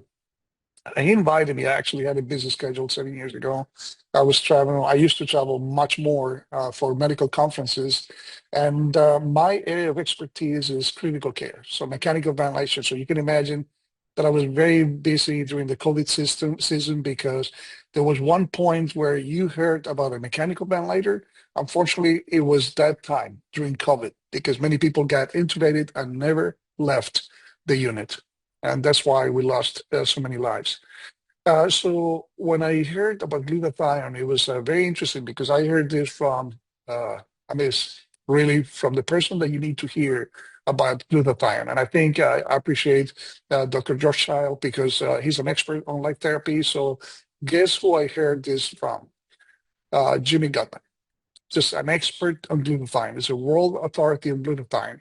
But the opening statement wasn't very impressive 7 years ago, when he said, I'm going to show to you how a precursor of glutathione is a natural product that's good for everything. That's the worst thing that you can actually tell both a physician and here. One of my jobs, I know, Carl, that you hate research. I love research. So I'm a coordinator of research for the Division of Respiratory Care and Critical Care. So but just coming from that, I was like, oh my goodness, this is going to be bad. So I guess I just wasted my trip to LA. And here this guy is saying this, but this is something that is so important. And John mentioned this, and Dennis had mentioned something like this again, is that you have so many different ways with this little powerful device. So I was armed with this device. I was VIPs, like Dr. Restrepo is coming to the show. And every single time Dr. Jimmy Gutman was mentioning, this is the work that we have done at the University of McGill. I was like, I'm not going to trust it. So I looked it up. Guess what? PubMed, everything checked. So this is not about glutathione. So now I just turn my focus on the product, Immunocal. It's like I had no idea what it was. And then everything really just started just making sense to the point where before just forwarding this to 7 years later, now becoming a networker and just being a passionate independent consultant for this company, I said, this has to be good for me. This has to be good for me. I'm 55, I'm hypertensive, I have a very high lipid profile, I've been allergic all my life. This has to be good. But I took it in a selfish manner, saying, I told my wife, who is also a healthcare provider, and she has a master's in epidemiology, I said, honey, what I heard is enough for me to invest in this product. Little really I knew that this was going to change not only my life, but it was going to give me a chance to whatever John just said. When you're fighting aging, oxidative stress, cancer risk, disease, all of that, you got to fight with everything that you have. In fact, most of my clientele have cancer in so many countries. And I tell them when they ask Dr. Restrepo, so could I try this? I say, oh, absolutely. You got to try everything that you have in your hands, because this is war. This is not just a simple battle that you're going to just be encountering. So whatever you use, and I never negate the possibility of just combining things. It is extremely strange, and I have to share this with you, that one of the conflicts in my life is trying to understand, with all due respect, because I know this is going to come out, and as Carl said, I don't want to get into trouble, more than trouble. I mean, they already banned my TikTok channel with more than 50,000 followers, only because I responded to a question that said, or to a comment that said, I don't find any scientific evidence of robustness. And oh my goodness, I was irritated, but I'm always very calm when I answer. I have this type of loving response saying, I think this is a good example of not looking at the right place. And I started just rewinding my life. 7 years ago, I said, you got to look at PubMed. And I got screenshots of everything that showed. Google Scholar was mentioned. So guess what? Screenshot of Google Scholar. And after that, I get sanctioned. People don't like to hear the truth. People don't like to be impressed by something that, again, it's out there. You have to just be looking for that. But anyway, so I believe that the world of glutathione has a political reason not to be popular. If you start making sure that you control oxidative stress all of a sudden every single day, there are going to be many practices that end. There are going to be so many pharmaceutical companies that will have to finish their business.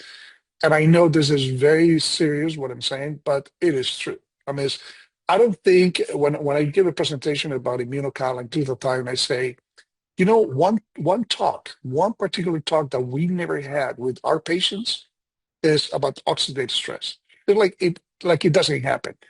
You look at the environment, you look at the type of food that we eat every day. We look at the stress, we look at everything else, and it translates into severe oxidative stress. And if the only concern that you have at this point is aging, guess what? The more oxidative stress you have, the faster you're going to age.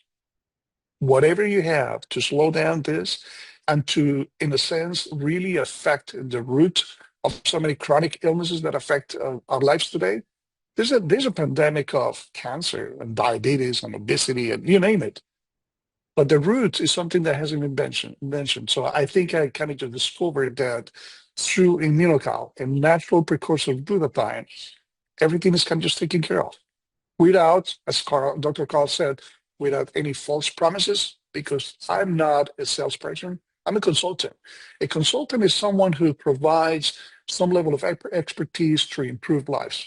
or to improve, let's say, the design of a piece of equipment. I've been a consultant for so many companies that produce or manufacture mechanical ventilators. It's kind of just one of my just side jobs for the longest time. I, I just provide expertise. I'm not trying to sell the mechanical ventilator. I'm trying to provide the best input that I can to make lives better.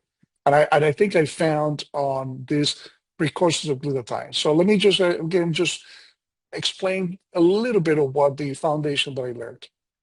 Glutathione is the master antioxidant. It's been defined like this for years. And if we're talking about sources of information, if you look it up at the just www.pubmed.gov, which is the National Library of Medicine, you will find at this point over 192,000 papers on glutathione. And if you look, actually, if you move the bar to the last 10 years, almost half of those papers have been written over the last 10 years. And you see the trend is not slowing down. People will hear more about glutathione, but let me just stop right there. So if people learn about glutathione, how is it that it's so widely used? You probably have heard about these cocktails with mega doses of vitamin C. You get the IV glutathione, and now it is so popular that at Amazon you can find so many different brands of glutathione. Some people are taking advantage of this, and some people have been taken advantage of by the fact that glutathione doesn't work like that. You know, one example that I use from Dr. Luisa from Medellin is like, you know, it's kind of just interesting because when you want to do something so unnatural, you want to just grab the baby outside and try to put it in the uterus after the fact. It's like, if you imagine that's how impossible it is, try to push glutathione throughout the cells and you will never get it. Still, there's a multi-billionaire market around glutathione without realizing that the cell has to produce its own glutathione.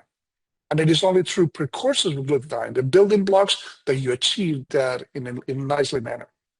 And as in the international symposium that we ran in Mexico last year, I remember the example that Dr. Jimmy Gottman used. And by the way, in immunotech, we don't have to be experts in glutathione because we have one. That's good enough.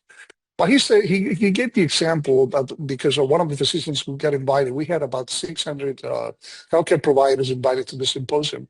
And he said, "So, what is your take on IV glutathione?" I said, "You know, it's perfect on the books, and you make a video and you make this very popular." And this is the reason why. A person with Parkinson's just comes in a wheelchair to this office where IV glutathione is going to be administered. And now you get this infusion of IV glutathione over just a few hours. And now, guess what? This guy, the patient just folds the wheelchair and goes walking to the car and gets in the car, only to realize that by the time he gets home and just a few hours later, he's back on the wheelchair. That's IV glutathione. So it has so many limitations. And the only thing that compares to immunocal as a precursor of glutathione, because of the cysteine, which is, it's funny enough, many physicians tell me, you know, that is a non-essential amino acid. They're like, with this look, is a non-essential amino acid. Like, I completely agree with you, but guess what? It is absolutely essential for the production of glutathione inside the cells. It's absolutely essential. And we don't need enough of that. So if you just look it up, GPT is a good friend. Look it up, cysteine. Oh, yeah, asparagus, meat, eggs, milk, that. However, what we do as human beings is that we add heat to those elements, and you know that heat destroys so many of the vitamins, so many of the vital elements. Well, it just destroys or denaturalizes cysteine. When that happens, you don't use those type of foods to increase your glutathione. And then you realize that GNC or some other companies will sell this powder with protein and cysteine. That cysteine has been exposed to heat, and it doesn't produce glutathione. But it's protein. I mean, it's just a nice amino acid to have around. The only precursor that I know of, and again, that's the advantage of just being coordinator research, that I did my job, and I closed my office for about half a day and said, I got to study this. And after one afternoon, I was completely convinced that there was enough science for me to take it and to recommend it. So the science of glutathione is here, and I think it is something that I have discovered with the company And I'm going to finish with the statement, something like I'm going to give you kind of just heads up to what's coming up. We just finished the study, and I'm going to ask you this question, just to be with the right company and with the right product. If you were to suffer from COVID, and at one point you ended up, as millions of people ended up just having some mild cognitive disorder. I don't remember the type of things that I used to remember prior to COVID. Oh, brain fog after COVID is a reality. And in fact, it affects millions. If I can tell you that if you have those issues, that I can absolutely make a difference because we just proved that with a study, that every single score of neurocognitive scores that you have, and you can be tested after taking only 2 pouches of the essential immunocomp that you see on my background, that your life will change forever. Will you take them? Well, that's exactly what we're working on. I'm already working on a paper that we're going to produce that is going to be backed up, of course, by Dr. Hugo Palafox and Dr. Jimmy Gottman. They're going to be co-authors of the study that we just completed in Colombia of 120 subjects. This is how serious we are about science. To me, that catches my attention just beyond the sales, beyond making a lot of money, because they go, I mean, this is a monster company that is expanding, and then you look it up and you see, well, show me what the VSA shows about immunotech, and it just has all this I would say nice, very nice trophies and recognition. Dr. Hugo Palafox says, well, if you want, let's say, a Nobel Prize for a product that at least year after year has been just produced in science, well, this is what it is. So I think I discovered something new that changed my life. I think it brings hope to, as Dr. Carr said, to take advantage of something that is called integrated medicine or integral medicine that stops only, that doesn't stop with the type of medicine that I was trained to be good at. I think it is a mistake, and I think something that I want to bring my clients is when in particular, the oncologist crosses arms and says, there's nothing we can do, we got to understand that this is exactly how far traditional medicine goes.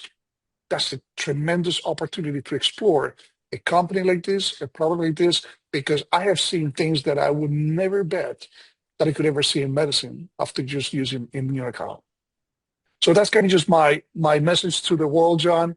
So I don't know if you have questions, or Keith or anybody else. I'll be happy to respond. Oh, by the way, I didn't show my book because it has nothing to do with what I'm doing now, but I promise that I will write one. The textbook that I wrote is on critical care, so it's really of very little interest at this point of this audience. But when I grow up, I want to be like Dennis and Carl, just write my own book on the different issues. But for sure, what Guy just said, I'm using AI every single day.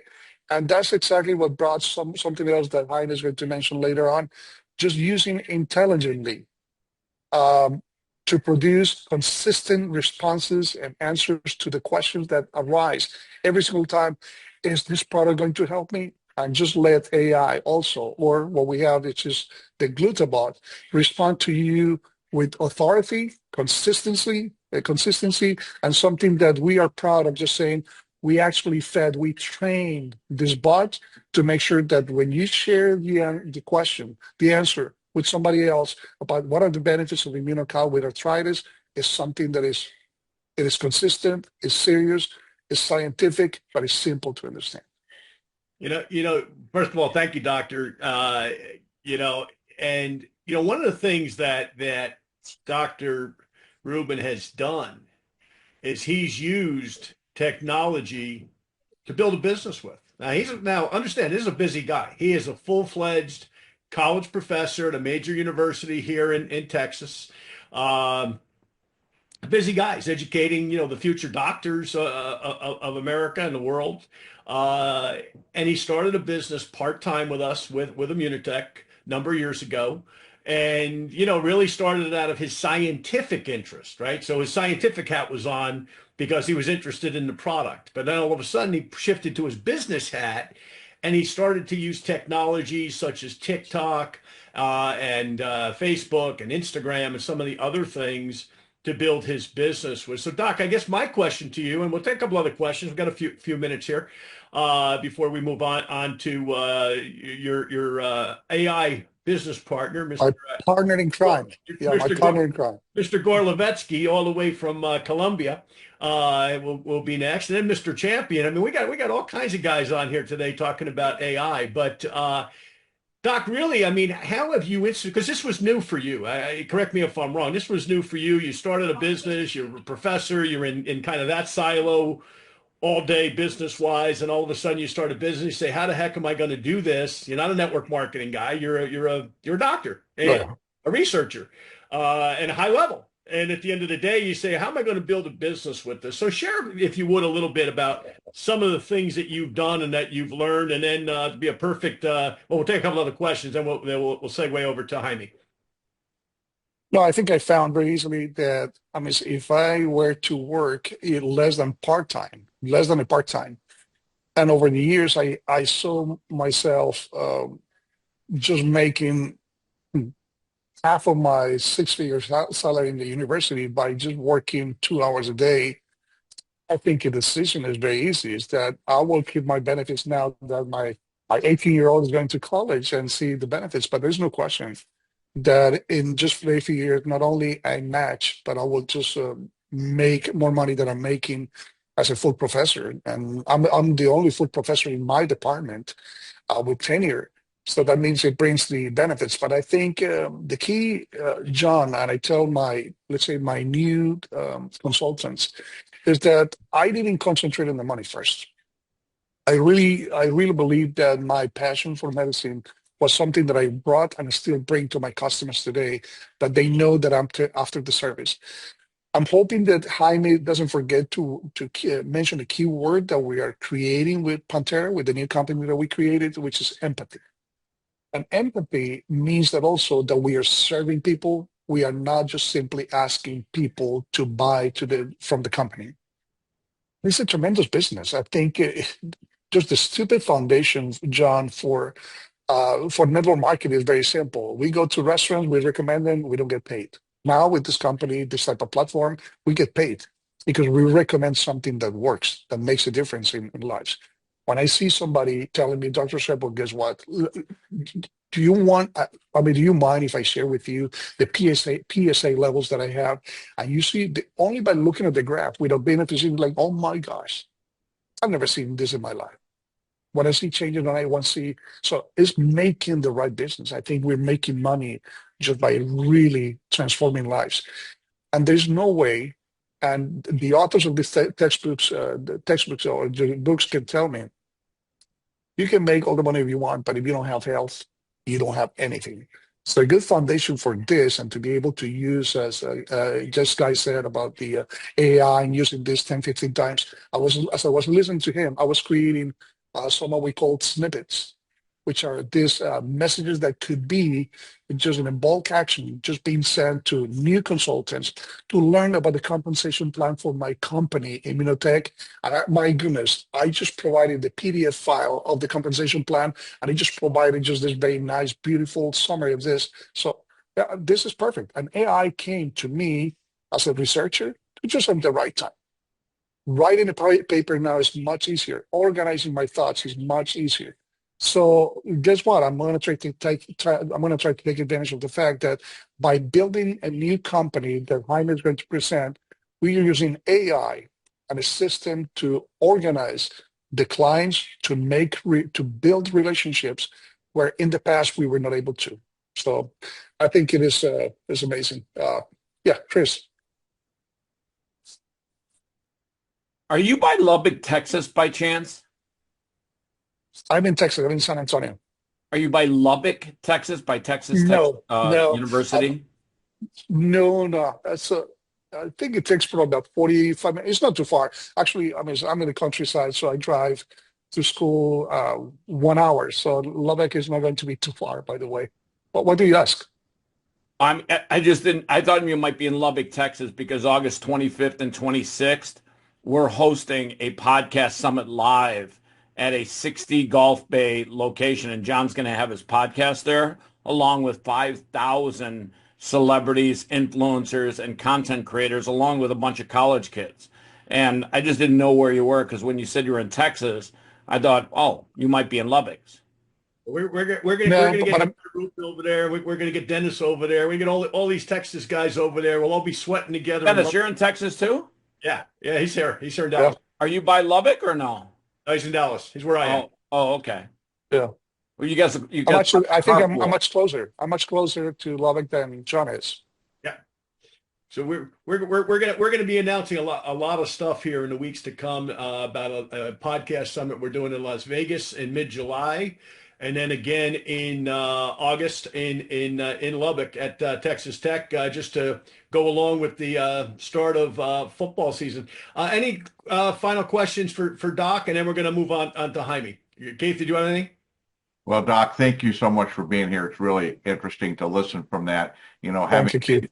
having been using Immunical since 1997 is kind of interesting because I'm 75 years old and I didn't go to the doctor for a number of years, Doc, and I went, and there has to be something wrong with me. They have made that decision. So they send me for test, and here's the latest one you'll love. Now, this has been since September. It must be hiding from us, whatever's wrong with me. And I said, well, I have no symptoms of anything. Well, but it can't be possible. Well, Keith, just because you're short, but you know what? That's exactly what John Galan just told me last time. My primary care. So there's going to be something wrong with the exam because your lipid profile has been like so high for so many years, and there's no way your triglycerides are 75 and mine are like da da da da. And okay, well, but he doesn't want to take Immunocal. And I've been this patient for about 15 years. So it is what it is. So we have to just celebrate what somebody's missing. That's it. Yeah, but to what Dr. Carl was talking about, you're talking about, I just found it interesting that literally the doctor said to me, well, we're running this test, but it must just be hiding from us. Whatever's wrong. I said, well, I have no symptoms of any kind. And they go, well, Yeah. but you're 75. There's got to be something wrong with you. It was very Exactly. interesting, doctor. Exactly. So, appreciate it. Thank you. Back to you, John. Thank you. Thank you, guys. Okay, well, we're going to get him to turn his camera on. Mr. James Gorlevetsky, also known as Jaime. Jaime, how are you today? You're muted. There he is. Hi, John. Morning. How are you doing? I'm great, and we've got something new, and I wish there were more people here from Immunotech to hear this, but those of you that are here, you're going to hear something earth-shattering, and that is about Pantera AI. This is how we're going to use AI, and this is Dr. Restrepo. I hope you don't mind me saying this, but he's kind of been the guinea pig for all of this, what he and Jaime have created. Jaime is an engineer, many years, super successful. We've had the privilege of meeting here in Dallas a couple of times over the last year. And he's put something together that we're going to be able to use to explode our Immunotech businesses in the months and years to come. So, Jaime, I'm going to turn it over to you and let you tell everybody what you're doing. All right. Thank you, John. We're not going to go full on Pantera. We're going to go a little bit wider today and share with people how they can actually use AI and thrive with AI. I'm going to share my screen here. You guys are seeing it, right? Yep. All right. So we are in an age of AI. You know what I'm seeing here today? I am seeing a lot of people that decided to use their free time to learn something new. This is a group of winners, a group of people that have a clear commitment to success, to themselves, to their families. And that is exactly what we need. But you know what? This is what's going on. You know, the earth is just changing. It's a mess. Every day something new happens, either with AI, with tariffs, with politics. It's just crumbling down. It is. Why is this happening? Well, the world is changing, and we are right now in a mayhem, absolute chaos. And what people do is they start pointing fingers. They point fingers, and many people are saying, you know what? It's AI. AI is making a mess. AI is going to take my job. AI is doing a lot of bad things. But guess what? It's not AI. It's people using AI. A lot of you have said today, we are using AI. And of course, you have to be using AI. Whoever's not using AI is really, really lost in what has to happen. But if people are using AI and they are getting these tremendous results, by the way, disclaimer, this presentation was done with AI in under an hour, every single piece of it. If it's not you using AI, or maybe you say, wow, that presentation was done in under an hour, and I'm not doing this. So this is how you feel, right? This is how many people are feeling, overwhelmed. What are we going to do? We are lost. Huh? Really? Okay, it's not AI. It's people using AI, but still, I'm lost. And I will lose my edge. Well, nope. It's actually your second half. It's everybody's second half. It's a time to play to win. The rules changed completely. The playing field has leveled for everybody. For individuals, for people that are being very successful. Now maybe it's a time to think about it. Do something to keep on being successful. For people that are not quite hitting it, hey, this is the time to do it. Many people are saying, oh, this is for large companies. You know, the large companies are the ones that can use this. No. It's we as individuals can use it in our businesses, small and medium businesses. Everybody can use it. And this is actually the name of my upcoming book, Your Second Half. I've written the thing 5 times already. Every time I'm ready to launch it, something very big happens and I have to go back to the drawing board. But that's the magic of AI. You can actually do this. And you see, when I'm using AI and I use it every day, hey, I don't know what I'm going to have for lunch, for dinner. I ask ChatGPT. This is what I have. What can I make with this? And it's making everything change. Everything change.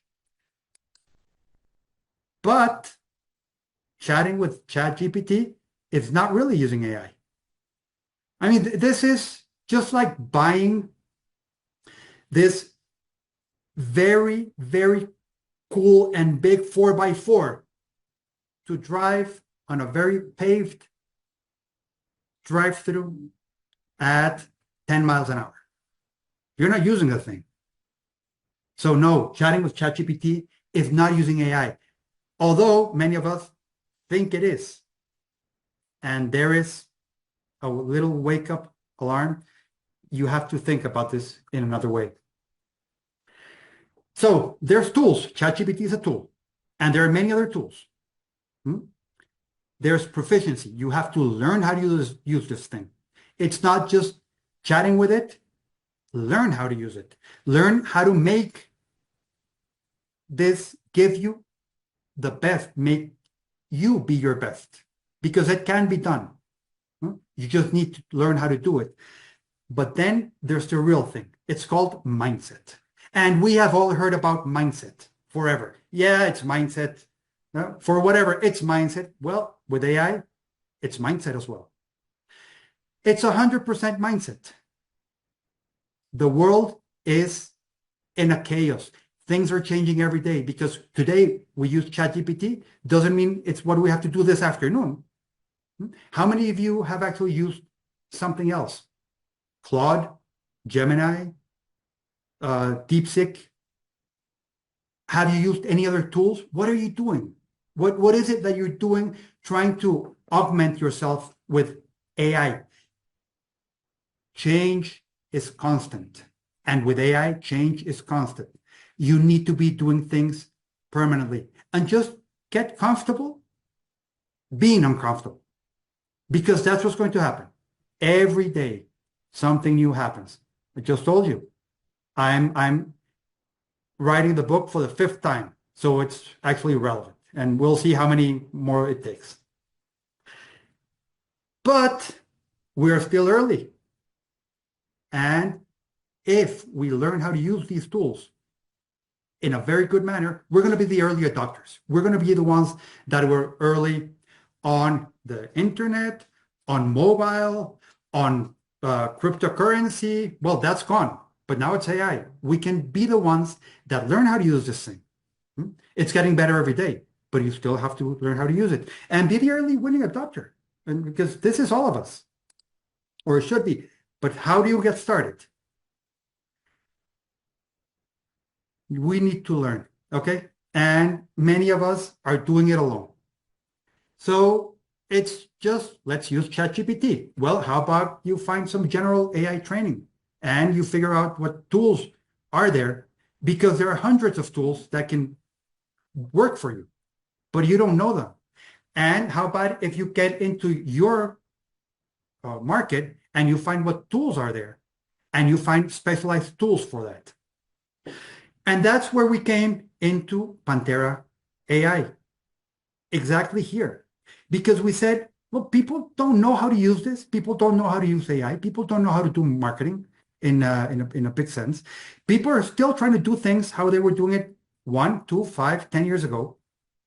So how do we build AI specifically so network marketers can use it and be very efficient and get better results?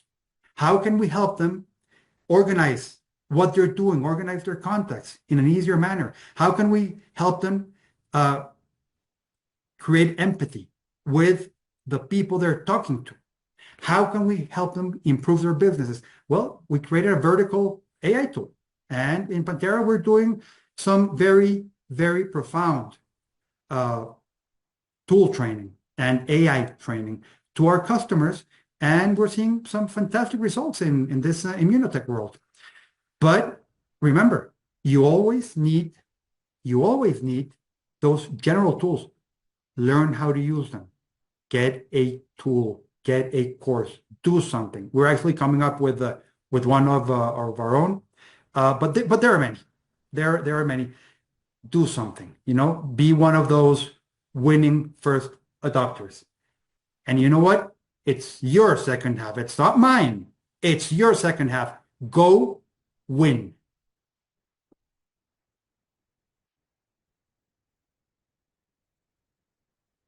Jaime, if you would, okay. I know we're working on a couple of things that you're going to be that you've already rolled out in the Spanish market. I know you've got a test group of about 70 folks you're working with in the Spanish speaking market. How close are we to being able to do this for us English speaking folks? Very close. Very, very close. We're already up into our second Spanish cohort. And we were ironing things out. We were making sure that things were working very well. So it's a matter of a few weeks before we give our tools access to an English speaking crowd.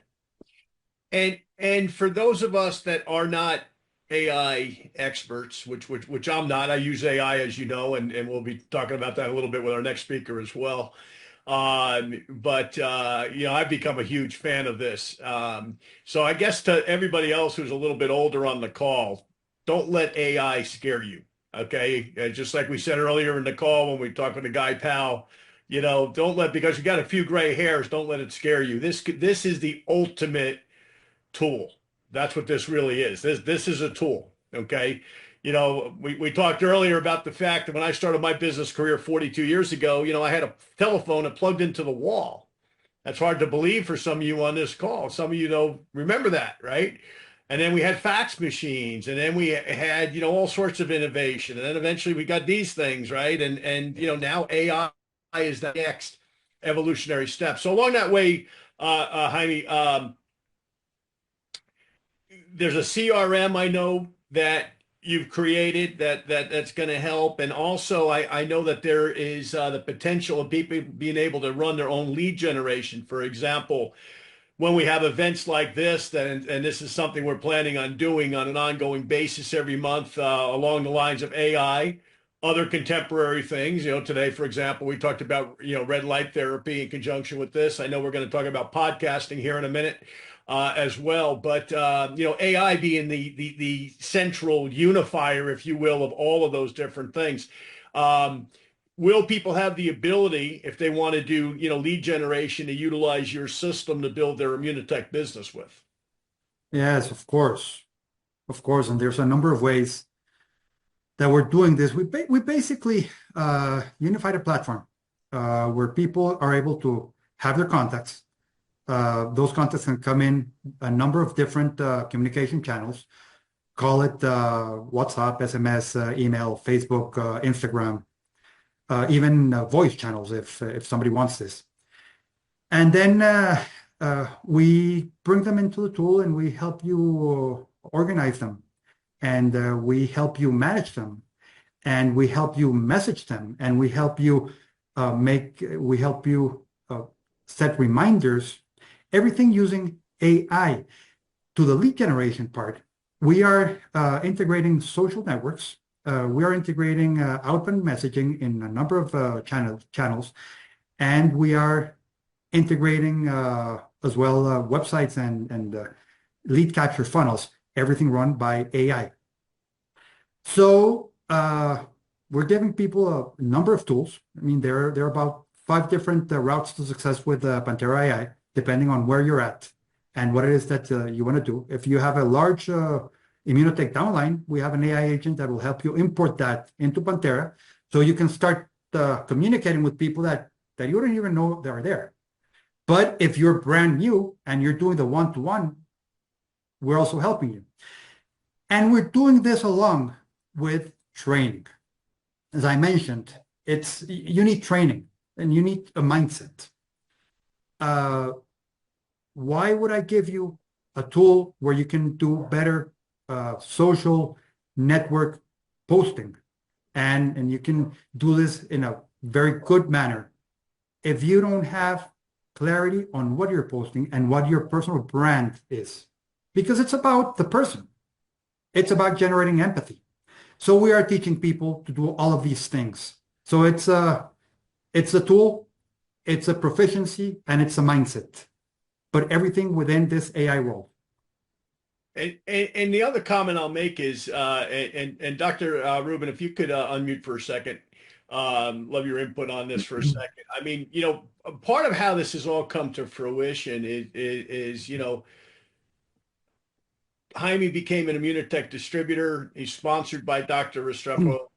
They became friends. So you've got this engineering mind with this medical mind saying, okay, how do we utilize AI to get out to the marketplace and build a business together? So you've had these two geniuses, very smart guys, working together for the better part of the last couple of years on what's being developed here. And Doc, if you can just comment, I mean, some of your success, and look, if you're an immunotech distributor in the United States, and if you're not in the United States, just switch your flag to US and you'll see Dr. Ruben is #1 every single month in personal production, okay? So he's utilized this system because to me, what's important is a lot of people claim they have internet systems and then you're like, well, show me somebody using it.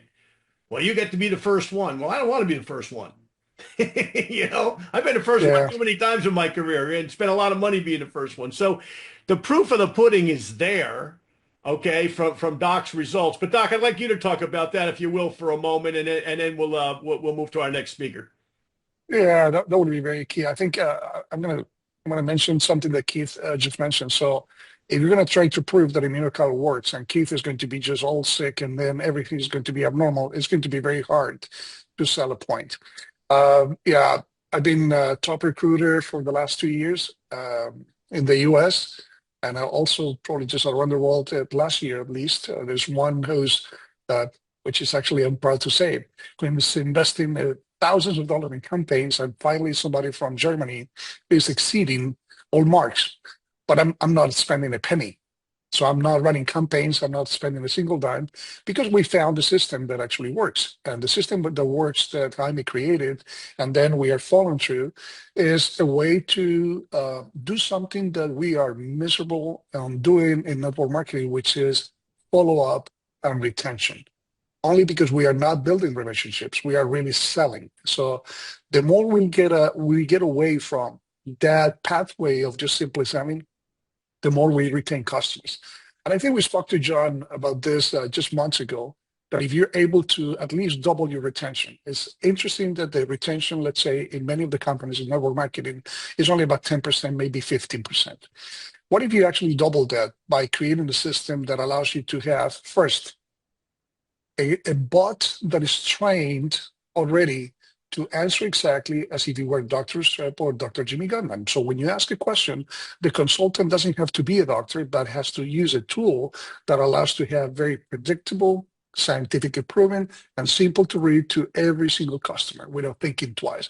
What is the answer? Where is this? Is that on this, honey, or is that on your iPad? Or let me just check your notes. Everything is integrated. So from the time I get just a client request, I have my Glutabot. If I don't have that already pre-configured, because I have like 22 that I share with my team now, and we are customers, I build it up. And Jaime just said, I built this PowerPoint in less than 1 hour. Guess what? It takes me a couple of minutes to answer to a customer the right way without saying, well, I think Immunocal is going to be good for you. No, nothing else. As I'm typing, I have a 25-year-old or a 75-year-old or a 52-year-old who's asking me about benefits of Immunocal. The Glutabot is allowing you to have consistent answers right away. So I'm building that relationship the way I need to start by bringing something professional. And my team has nothing to do with medical background, but they are professionals. So this system is creating professionals. The other way is this. What I'm doing now, John, is when somebody's saying from Spain, like Sonia, who I registered yesterday, Dr. Restrepo, I want Immunocal, but I want it from a trustworthy source because I don't believe in anyone. I just copied that and I created notes in particular for that customer because I don't want to transfer my information, my interpretation of that. I copied and paste because I want to build empathy and just to make sure that I target when I have my message, making sure that she is getting the right product, original from Madrid, and is going to get through the door because I took into account that piece of information. So you know what? I am not trying to translate that is I copy and paste into the notes for this particular customer. That is allowing me to have retention. Let me give you one example that I'm just doing with Pantera. When a customer like Sonia tells me, I got the product, I'm already pre-built to follow up. I have a message from day 1, from day 3, or the first week, or the first 2 weeks, and the first month. So making sure that I have them, I already have them on my notes, pre-schedule. I don't have to worry about them. And it's using AI that I build those templates so I can do a follow-up. That translates on into not only acquiring better customers, being able to close as I am, but retaining those customers, but retaining relationships. Because I'm asking them, how are you feeling? Are you experiencing any just who in Immunotech or any other network marketing is doing this follow-up? Pantera is allowing us to do that. Integrating social media, just making sure that you have access to your website right away without scrambling and looking at what screen that I'm looking at. I don't leave this when I'm working on Pantera. I don't leave my screen. Everything is absolutely there. Whatever campaigns I want to do, whatever follow-ups I want to do, I want to see in my funnel and see, okay, I have made these calls, I have planned these calls.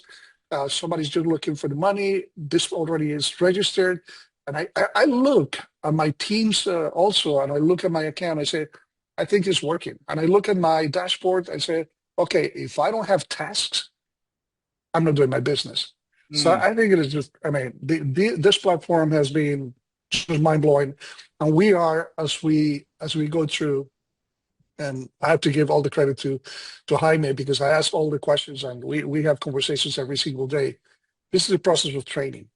I've been trained on AI. I've been trained on things that I never imagined to be a task that I was going to encounter, but is making our lives much better. And if I want to be successful, I want to be using just a smart guy as Jaime, and that's why we created this partnership. And it's going to be tremendous, not only for Immunotech, John. You know for a fact, we've been talking about this. The industry needs something like this, building those relationships, training people, keeping customers, retaining customers, acquiring customers. And that's what we have with Pantera. Well, and you know, and to that point, Doc and Jaime and everyone else, you know, our business is transitioning, not just the Immunotech business, but the direct selling business to a direct to consumer model. All right. And the companies that figure that out, or the people that figure that out, because frankly, Immunotech hasn't figured this out. Jaime's figured this out. Dr. Ruben's figured this out for us. Okay. An engineer and a doctor have figured this out. Companies generally can't figure it out. Okay. For a lot of reasons. So at the end of the day, these guys have figured this out for us, and it's something that we're all going to be able to participate in if you so desire. We'll be releasing information on this over the next couple of months. So pay attention to your emails, okay? You know, one of the things that people are texting me, I can't get on the call. We've sent out like 50 emails and like 17 flyers with the, you know, can't means won't to me. Okay. Because if I want to be on something, I'd figure out. And if I couldn't find it, I'd be calling me or Keith and saying, I can't get on. Okay. Get on these things because they're going to make you money. Dr. Restrepo, I've known him since he started at Immunotech, actually a short time after that. And I've watched his business development. And he said to me early on, he said, I want to replace my income from university. And with Doc and I are about the same age. And I think I'm a little older. I think I'm a year older than you, Doc. But, you know, same goals, dreams, and ambitions. Okay. Not because he doesn't like what he does. He loves what he does. But at the end of the day, he's saying, hey, at some point, I want to be able to take my wife and travel. I want to be able to do other things with my time, which you can't do when you have a bricks and mortar job like teaching in a university, for example. So there's the proof of the pudding to me. So let's stay on AI, because this is what, you know, today is really about, in conjunction with health, because, you know, as Doc said, and as Dr. Carl said as well, you know, without your health, you know, all this other stuff's great, but without your health, it doesn't mean a whole heck of a lot, right? So I met a guy. Does AI work? Okay, let me give you an illustration. As most of you know, I've got a podcast that I've had now since COVID, and it's kind of morphed. I've got authors on there, like my friend Dennis, for example, like Dr. Carl that you met, like Guy Powell, if you were on the call earlier today, who's an AI expert down in Atlanta. Anyway, back in October, I get an email one day from a guy praising my show and praising me and telling me how great and how smart and how pretty I am. And I thought, I said to my wife, I said, boy, this guy's blowing a lot of smoke up my skirt. And I responded to the email, and he said, I think I'd be a great guest for your show. And I wrote back to him and I said, I think you'd be a great guest too. What I didn't know at the time was that he didn't write the email. And I thought maybe his assistant wrote the email. Nah, his email, the email came from AI. And I said, whoa, this is amazing. This was in October, right around Halloween.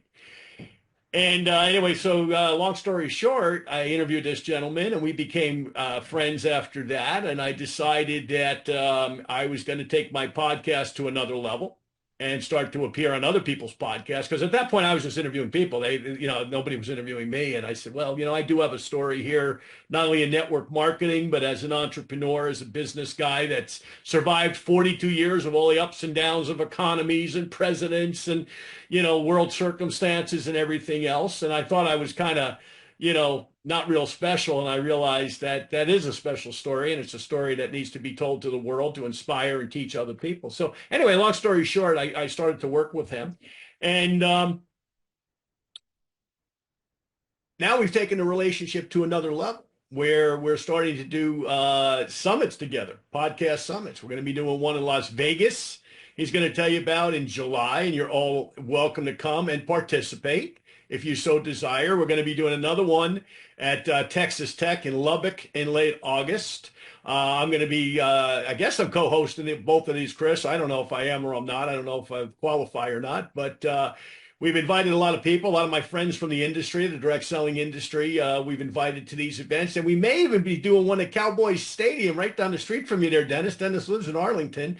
We're talking to the Cowboys right now about doing some things with them as well. So anyway, I want to turn the call to Chris Champion. Chris uses AI every day. He's got AI engineers that he employs for what he does, and he'll tell you a little bit about how he uses AI and some of the opportunities, once again, that exist in the AI world if you're so inclined. Chris. Well, good morning.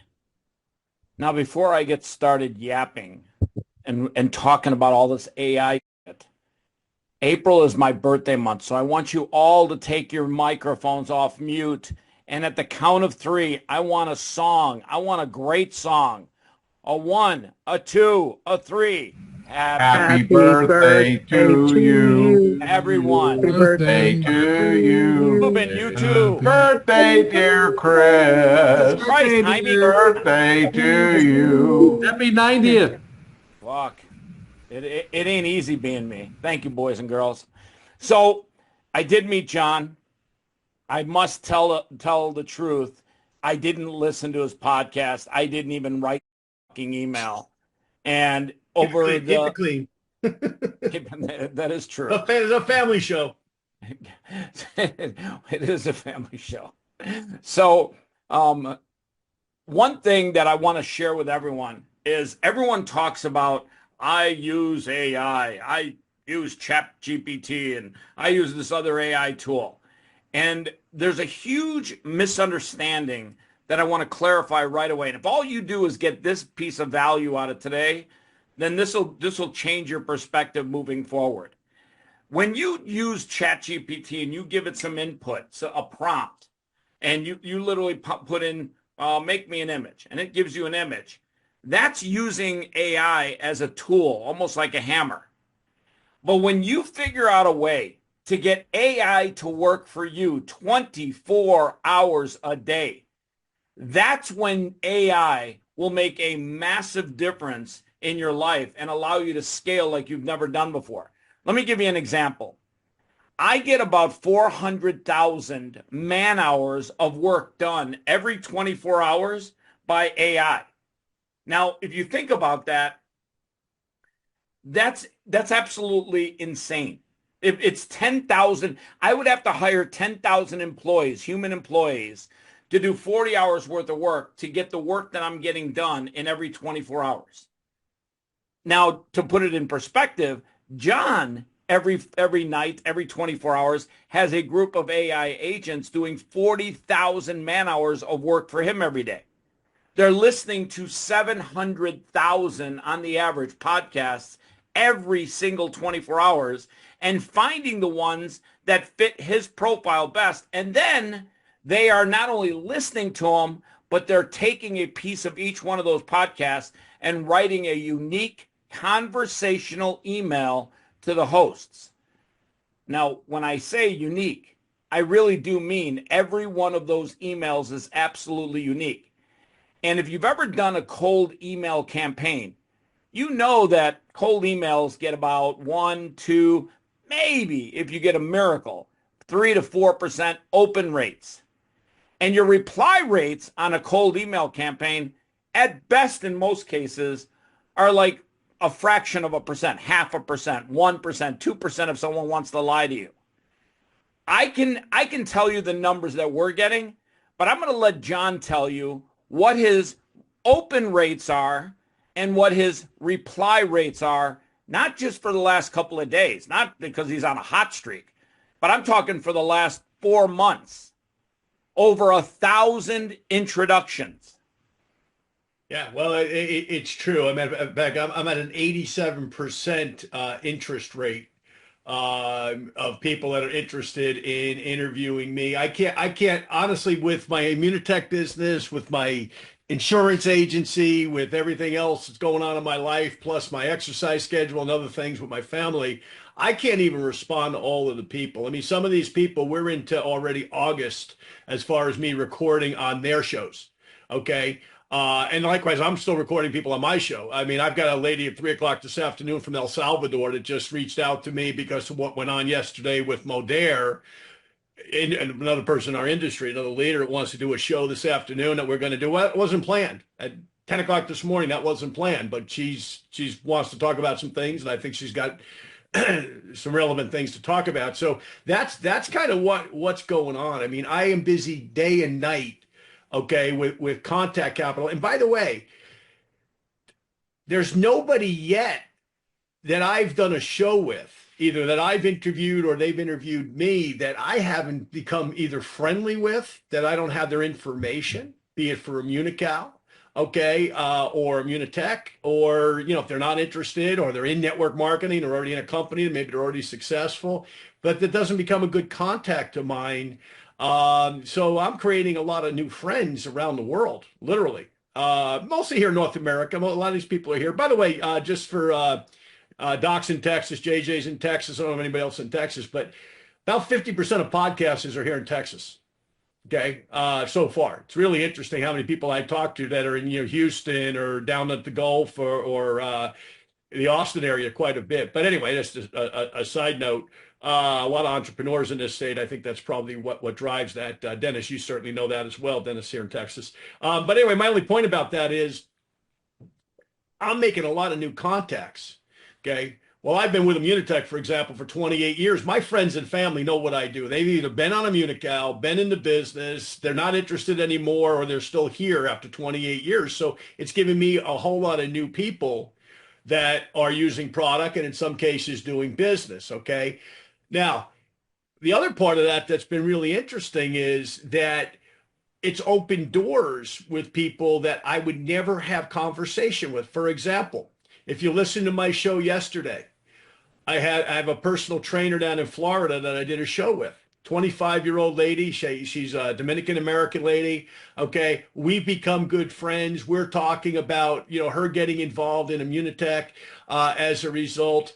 I never probably would have had contact with a 25-year-old Dominican personal trainer in Florida if it hadn't been for AI, for example. Okay, we wouldn't have had much in common if we were in the same restaurant. John, right? John, you're referring to Champion AI. Is that correct? I mean, you would have never met her without Champion AI. Without Champion AI, yes, without Champion AI.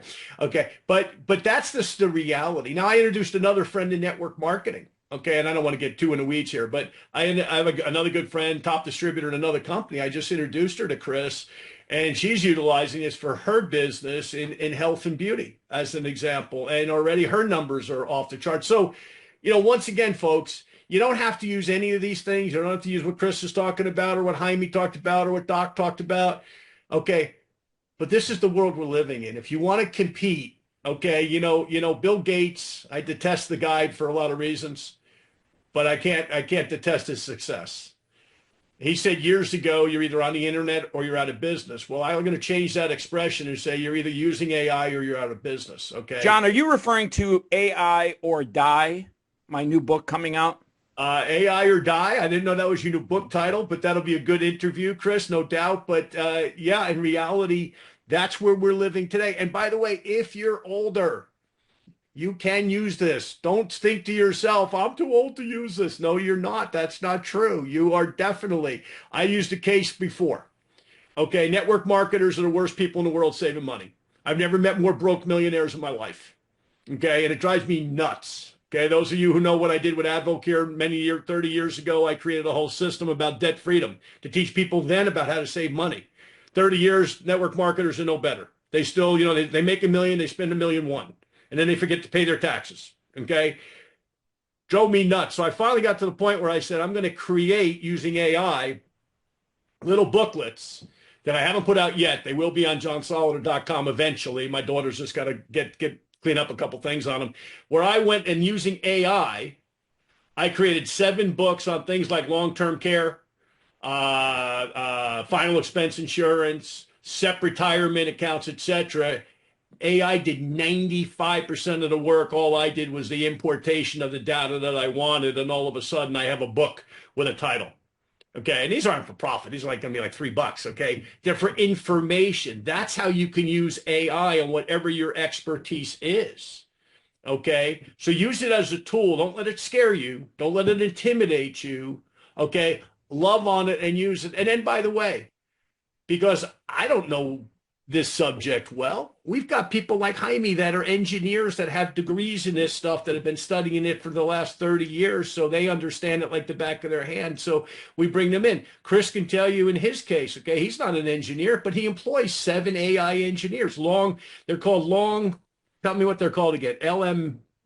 What are these guys called? So the subject matter that they work on is large language machine learning. And I got to share something with you. I'm going to give you guys a ton of facts right now. And if you've got a pen and paper nearby, or you want to take out your iPhone and notes, I'm just going to give you guys a ton of factual data.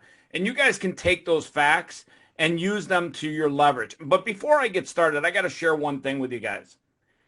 I'm a hustler. I'm an entrepreneur. I have been an entrepreneur since I was 19 years old. I've literally made my own paycheck for most of my life, if not all of my life, all of my working life.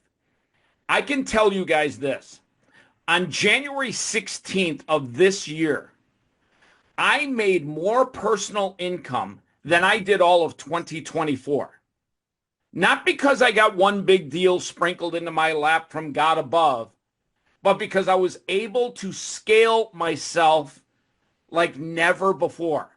Now, John just said something amazing. He said, you got to use AI no matter how old you are. All right, I'm going to take it one step further. I want you to figure out a way to get AI to work for you while you sleep. You got to get AI to work for you, or you are going to be left behind and your business is going to be dead as other people are getting AI to work for them. Now, you can use my tools and they will work for you while you sleep every single day. Every single day. Or you can go and create your own tools or find other tools where AI works for you every single day.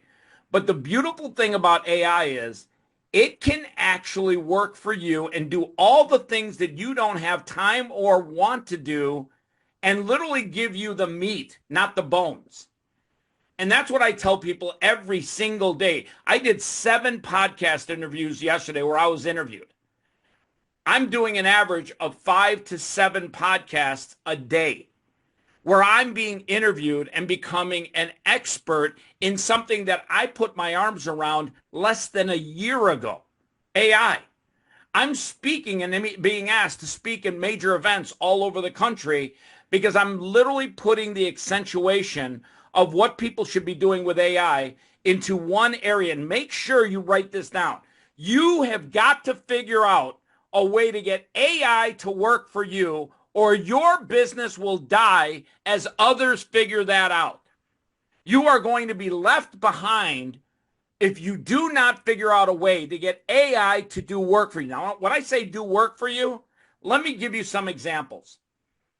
Last night, I had an AI literally listen to 812,314 podcasts, brand new, and take those audio files and transcribe them into our AWS server and put them into a text file and literally a text format that we can search locally on our server, which is significantly faster than scraping the web. That AI job right then and there would have taken me 10,000 employees working a full week to listen and transcribe. I would have had to hire so many offshore VAs, I probably would have had an entire building of hot Filipino women working for me for 40 hours just to do that work. Shout out to all the VAs in the Philippines. So at the end of the day, I didn't do that work. I didn't listen to 800,000 podcasts myself. My AI did, and I don't need to do that. But what I do need is the access to that data. I need to know about those podcasts because I have clients. Right now, we've got tons of clients like John that have keywords and are saying, hey, I want to talk on these podcasts, these keyword podcasts, entrepreneurs, wellness, fitness, health, whatever your keywords are, sports betting. And we literally target those podcasts. And then once we find them and we find their newest podcast that's been uploaded, we take a piece out of that podcast. And John can share some of his emails that go out of his email box, probably even today, by the way. John, did you send any emails out today? Did you see any go out? Yeah. Did you do them? Did you write those emails? Did you listen to those podcasts? No. You're sitting here on a Zoom call using your time, your valuable time, to do the important shit. But in the meantime, you've got AI agents that are literally working for you on a Saturday. Did they complain about working on a Saturday, John? No, they're robots. Are they the best employees you've ever had? Yeah. Do they literally show up and work their ass off every single fucking day? Yeah, they just remember it's a family show, Chris. Oh, sorry.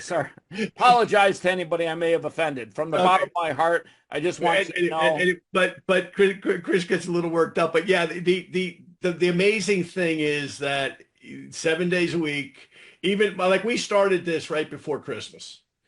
Christmas Day, I was getting people reaching out to me to be on their shows. Christmas Day. Okay. How many shows are you getting requested to be on an average day? 4 to 6. Do you understand that, people? 4 to 6 people want him to come on their show so they can interview him and introduce John to their audiences. Do you realize most people don't even do 4 to 6 podcasts a month or even a year?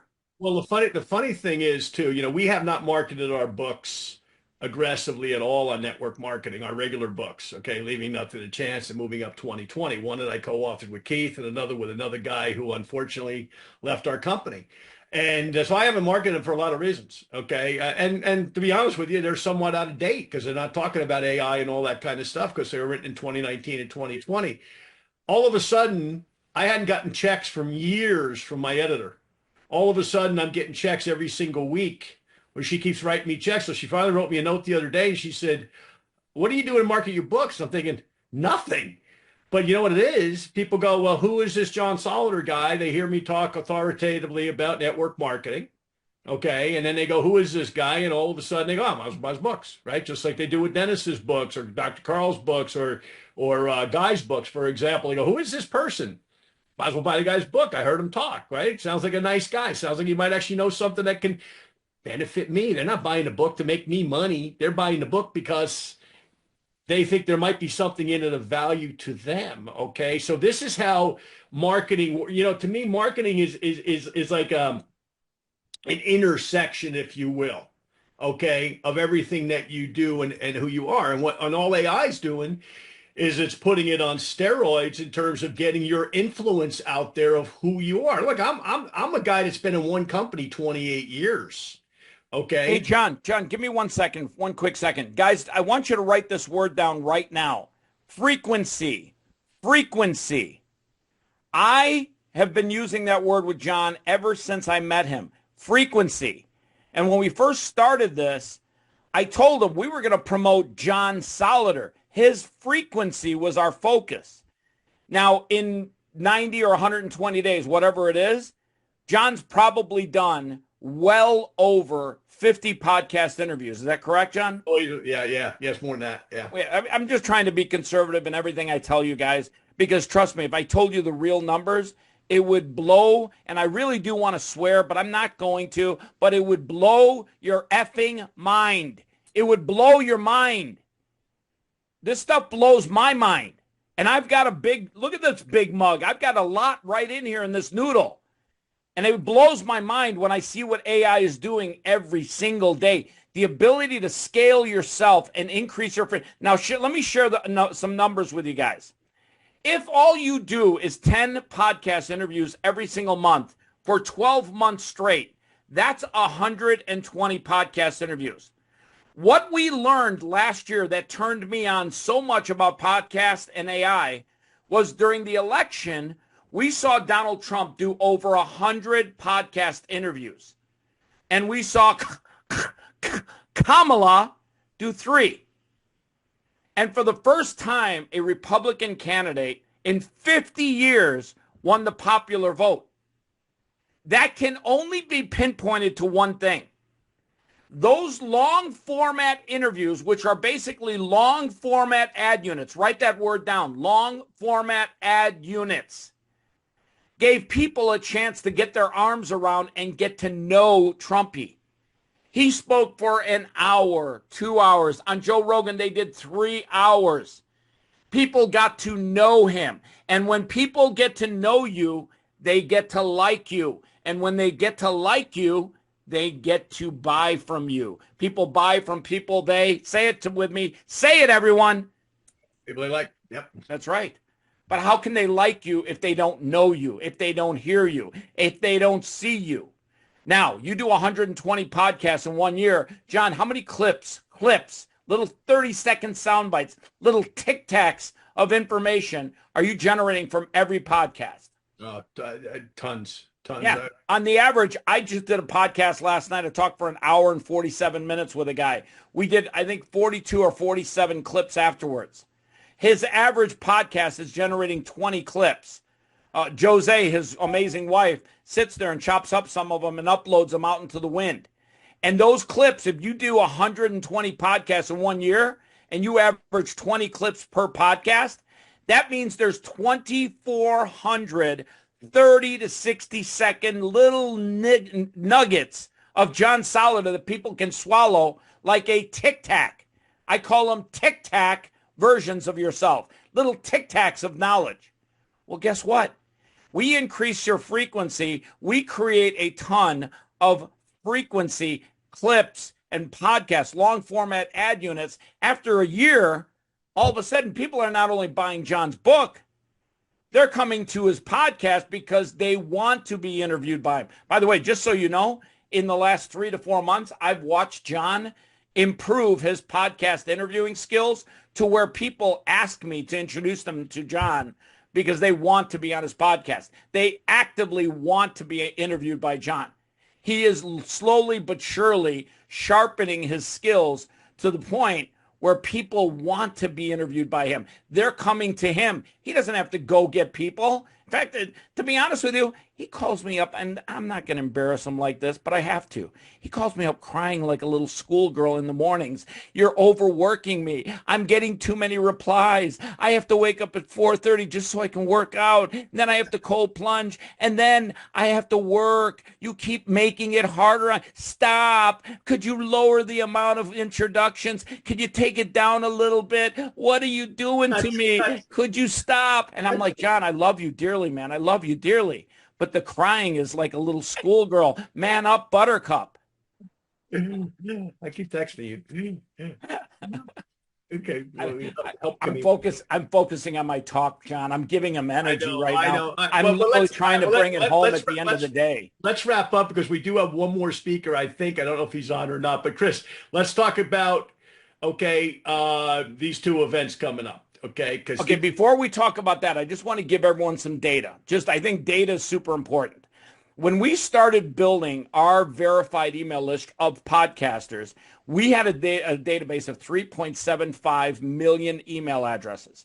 In 4 months, we've seen that grow to a shade under 4 million, 3.9275 email addresses. What that means, just so you guys know, is that podcasting is becoming more popular. Everyone is slowly but surely creating their own podcast. Anyone can do it. It doesn't take really a lot of skills.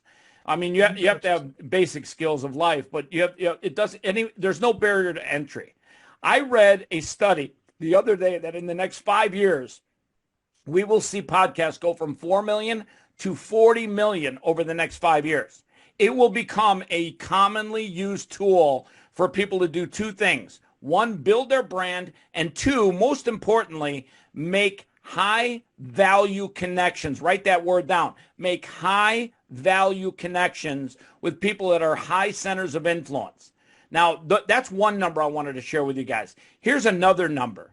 If you could come to an event that starts at 6 a.m. in the morning with a private breakfast, goes till midnight with live entertainment, and have 50 plus podcasters set up in golf bays all throughout a golfing facility, and be in a crowd of 3,000 content creators, celebrities, influencers, and high value individuals, and you can do 10 to 20 podcast interviews in 1 day, that is the most efficient use of your time to build your brand, tell your story, and get it out there. And if you're in Texas, Join us in Lubbock, Texas on August 25th and 26th as we kick off college football season and college football week in Texas. And I'm not kidding you. These events are going to be absolutely exhausting for you. You are going to tell your story so much that it is going to be exhausting for you at the end of the day. You are going to literally feel overwhelmed. But here's the beautiful thing about a podcast, and I'll leave you with this. When John does a podcast interview today, somebody is going to see that interview somewhere, YouTube, Spotify, wherever it's posted, a year from now. They're going to see it 2 years from now, 3 years from now, 4 years from now, 5 years from now. It is, write this word down, evergreen content.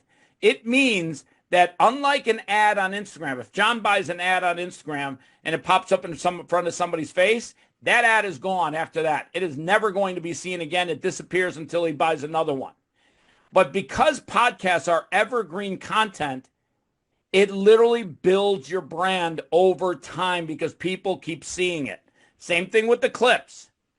So at the end of the day, I'm just going to leave you guys with this.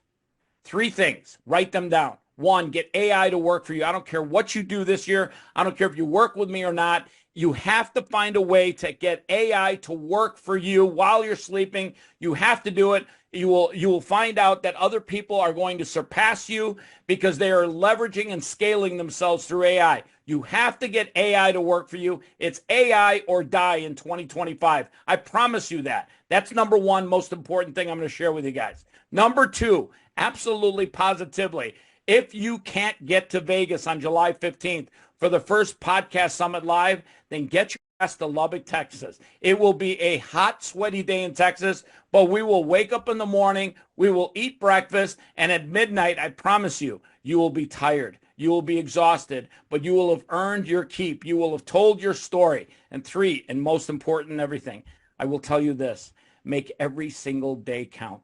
You get 1 day at a time from God Almighty.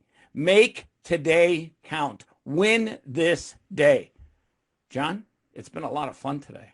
Wait a minute, don't run off, Chris. I want to hop in here. I'm not going anywhere, Keith. Tell us where about. Where am I going to go? I don't know. I don't know. Ice water. I don't know. We got to get some ice water. You need to cool down. You know what? You're have to put up with John like I do, that whining and crying all the time. Hey, so tell us about Vegas again. With the Vegas event. So listen, if you like good food, July 14th, I'm going to put you in a restaurant with some high-value individuals, and we're going to do podcast interviews while breaking food. I've thrown over 294 private dinners, lunches, and breakfasts, some with the NFL, some with the NBA, some with other high-value events. And I can tell you this 100%. When you get in a room full of high-value people and you eat food, this thing stays in your pocket. And you build high-value connections. You may build less connections, but I tell people, if you get in the right room with the right people at the right time, and all you do is walk out of there with 3 good connections, that is way better than going to some stupid convention or conference or trade show where you see thousands of people and walk away with a stack of business cards, but don't build any real valuable connections. And then the 15th, we're at Top Golf all day. And then we're probably going to add the 16th because everyone's been crying like a baby. I need to do more podcast interviews. I don't think I can do 50 in a day. Can you just go another day, please? And Top Golf's like, listen, if you could just bring them back one more day, we'd really like to have you here for 2 days. So we're working out the details. It's going to start on the 14th. It's going to be on the 15th, 16th. My friend Cherokee Parks, who runs the NBA Summer League, has 900 young athletes that are going to play in the Summer League. Some of them are going to want to jump on some podcasts. Some of them are going to be in the crowd. We've got influencers coming. We've got some other high-value people coming. And most importantly, we got creators, 3,000 creators that are going to create content. So not only do you have the podcasters doing long format in the golf bays, but you've got creators that you can connect with and make real connections with.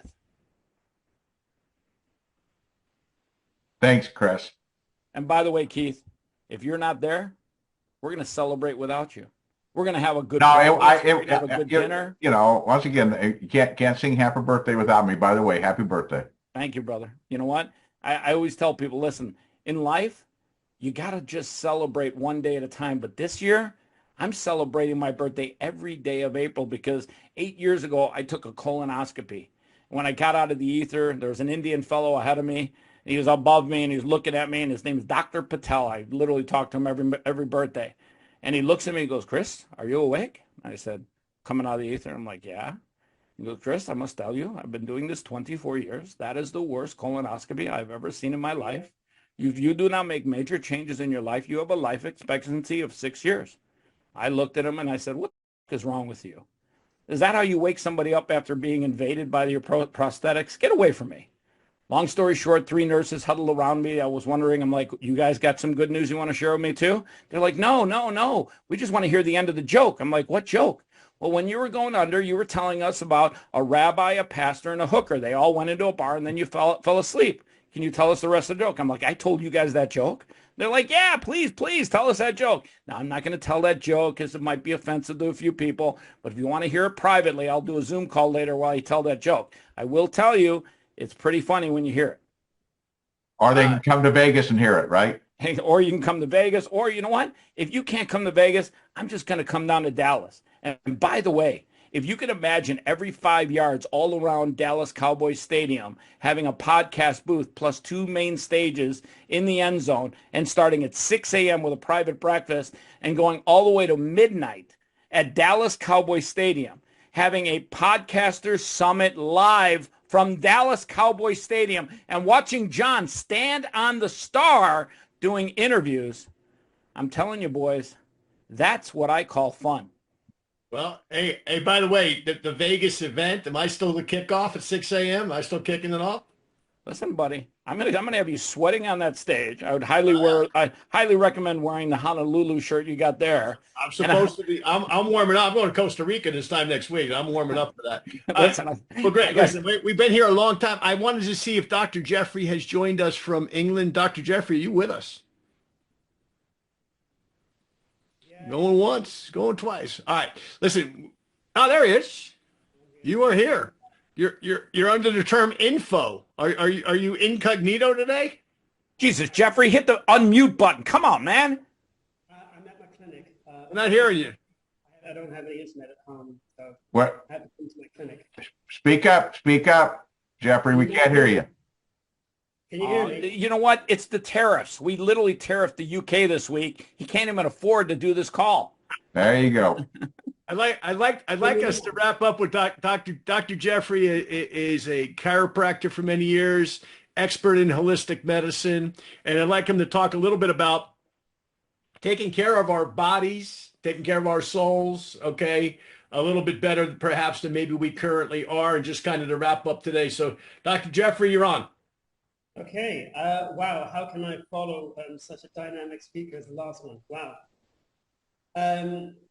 So much was said today, and a lot of the things that have been said today, I actually use in my clinic. So I do use photobiomodulation. I've been using it for a long time, and I've been using that in conjunction with other modalities to support mitochondrial function, which is one of the key centers that we've been talking about throughout this whole podcast, except for the AI. And when I look at how we need to spread health and the things that we have at our fingertips to increase our health, I think Chris just nailed it. We need to use AI to really bring about a more awareness of all the different things that are out there that can really help people. Like I'll be getting another sort of device that I use. I like my toys that will increase your interons. So this is basically a base 12 scalar transmorphogenic field generator, which will help harmonize the interons within our DNA. And so, technology is going to explode like crazy.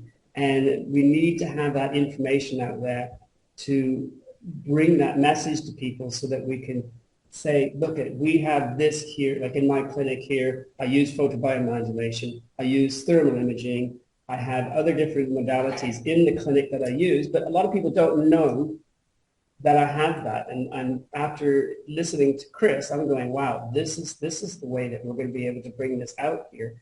to not only my little community here where I am in the south coast of England, but also to the greater of everybody else who's got the same toys, I would call them, that would bring that health message to them. And, I've made lots of notes on what different people said, and I'm just thinking, we're all speaking from the same song sheet here, really. We're looking at how that we can raise people's vibration of health by utilizing not only specific tools like photobiomodulation or using tools like a thermal imaging to investigate, to find out where other things in the body that may be going pear-shaped that we can look to help fix, but also looking at just chiropractic, just looking at how the basics of chiropractic. I think the more we move into the technology side, the more we actually have to have our feet on the ground so that we don't get too carried away with not being human, like taking your shoes off and walking on the grass so you pick up the electrons so you can ground yourself instead of being embedded in sort of a blue technology, which is absolutely not very good for our overall health. Blue light is toxic to our bodies. This is why I'm wearing these glasses, because, it's coming up to 7 o'clock now, and I have to turn the lights on. And that light that is in my clinic here is not that great. So we have to look at how we can counteract the effects of new technologies on an old body and an old immune system. And this is why we talk about glutathione. This is why we talk about mitochondria and how we have to support that. Mitochondria hasn't changed in millions of years. And so why do we need to do this and get the message out to everybody is because we all want to have a healthy, happy life. And if AI can help bring that information to everybody in a greater and more profound, informative way, then we've got a good combination here. It's an interesting platform. I didn't really see when we first had AI and then health. I'm going, well, how's that going to work? But once I started hearing, James, and then I heard Chris, and I went, oh, I get it. It's like a light bulb moment, because you're taking all of that great information that we've had today and saying, we're going to do this, but we're going to, as you said, we're going to put it on steroids, and we're going to multiply a lot more ears and eyes to the awareness of what we want to bring to those people out there that will want to hear the message, but haven't heard or don't understand the message yet. And we're in this huge informative information time that is going to be able to create this thing that we're trying to do. And that is basically to get everybody healthy, live, as Chris would say, live the present. It's a gift. You don't know if you're going to wake up tomorrow. But if we have all these things that are able to increase our health, chiropractic is the basis. It's the switching on of the nervous system. This is why I went into chiropractic and not into medicine. Yeah.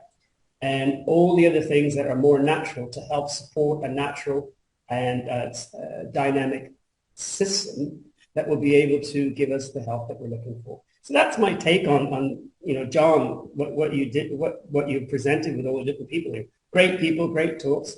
I feel like I'm a bit of an outsider in all of it, but I loved it. I thought it was great. And thank you for the opportunity to come on and say hello.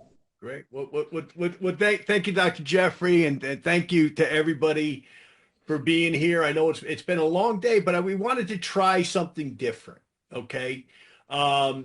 There's so much going on in the world. The world's moving very, very rapidly because of AI, frankly. We live in an interesting time, an unprecedented time. And a time where, you can see the world one of two ways. You can see the world as all the problems and, tariffs and, this and that and everything else and good and bad and, economy up, economy down, market up, market down, all true. Okay. Or you can see it and say, what an opportunity to live at a time where technology has advanced to the point where it has. And Dr. Jeffrey, I appreciate you saying that, my friend. When I put this together, it was kind of an unprecedented move. I wanted to see the feedback from all of you. Okay, so give me your feedback. And some people had to hop off. I know Doc's preaching tonight, so he had to go and all that. But I know he enjoyed what we did too, because when I put it together too, he said the same thing. Well, how's this going to work? Like, we're putting together, peanut butter and chocolate and baseball cards. Like, how's this all going to work? Well, it did work. And it's different to do something like this where we're bringing in self-development. We're bringing in technology. We're bringing in podcasting. We're bringing in AI. Okay. And we're bringing in, something we all love, Immunical. By the way, Chris is benefited by Immunical because, one of the things that happened is first thing I ever did, there he is with his K21. First thing I ever did was I said, you need to get on my product. I knew he had a stroke.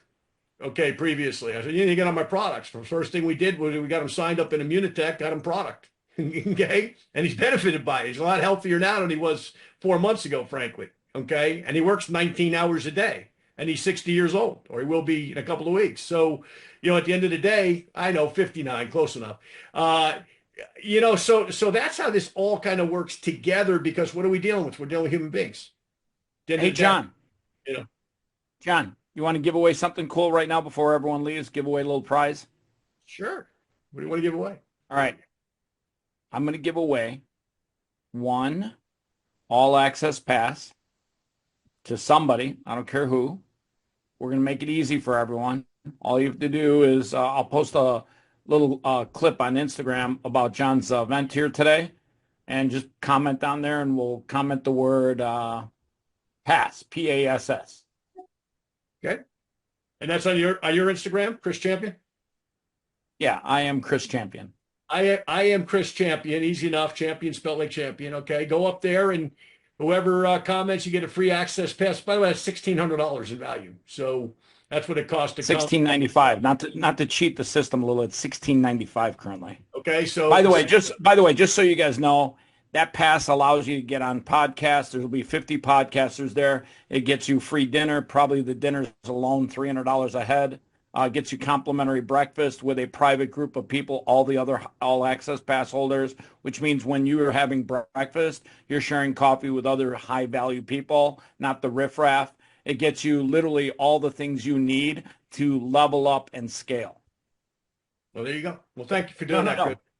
Janice Miller on Instagram. You got to put pass on Instagram. I'll do a post on Instagram, not in here. All right. Well, it's gonna be a rush, Chris. You're gonna have a few of them on there, But she lives in Vegas. She's got an advantage. She gets to sleep in her own house.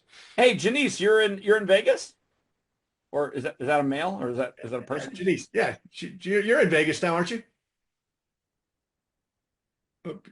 Jesus yes, Christ. I am. I'm sorry. I just hit unmute finally. And yes, I am in Las Vegas.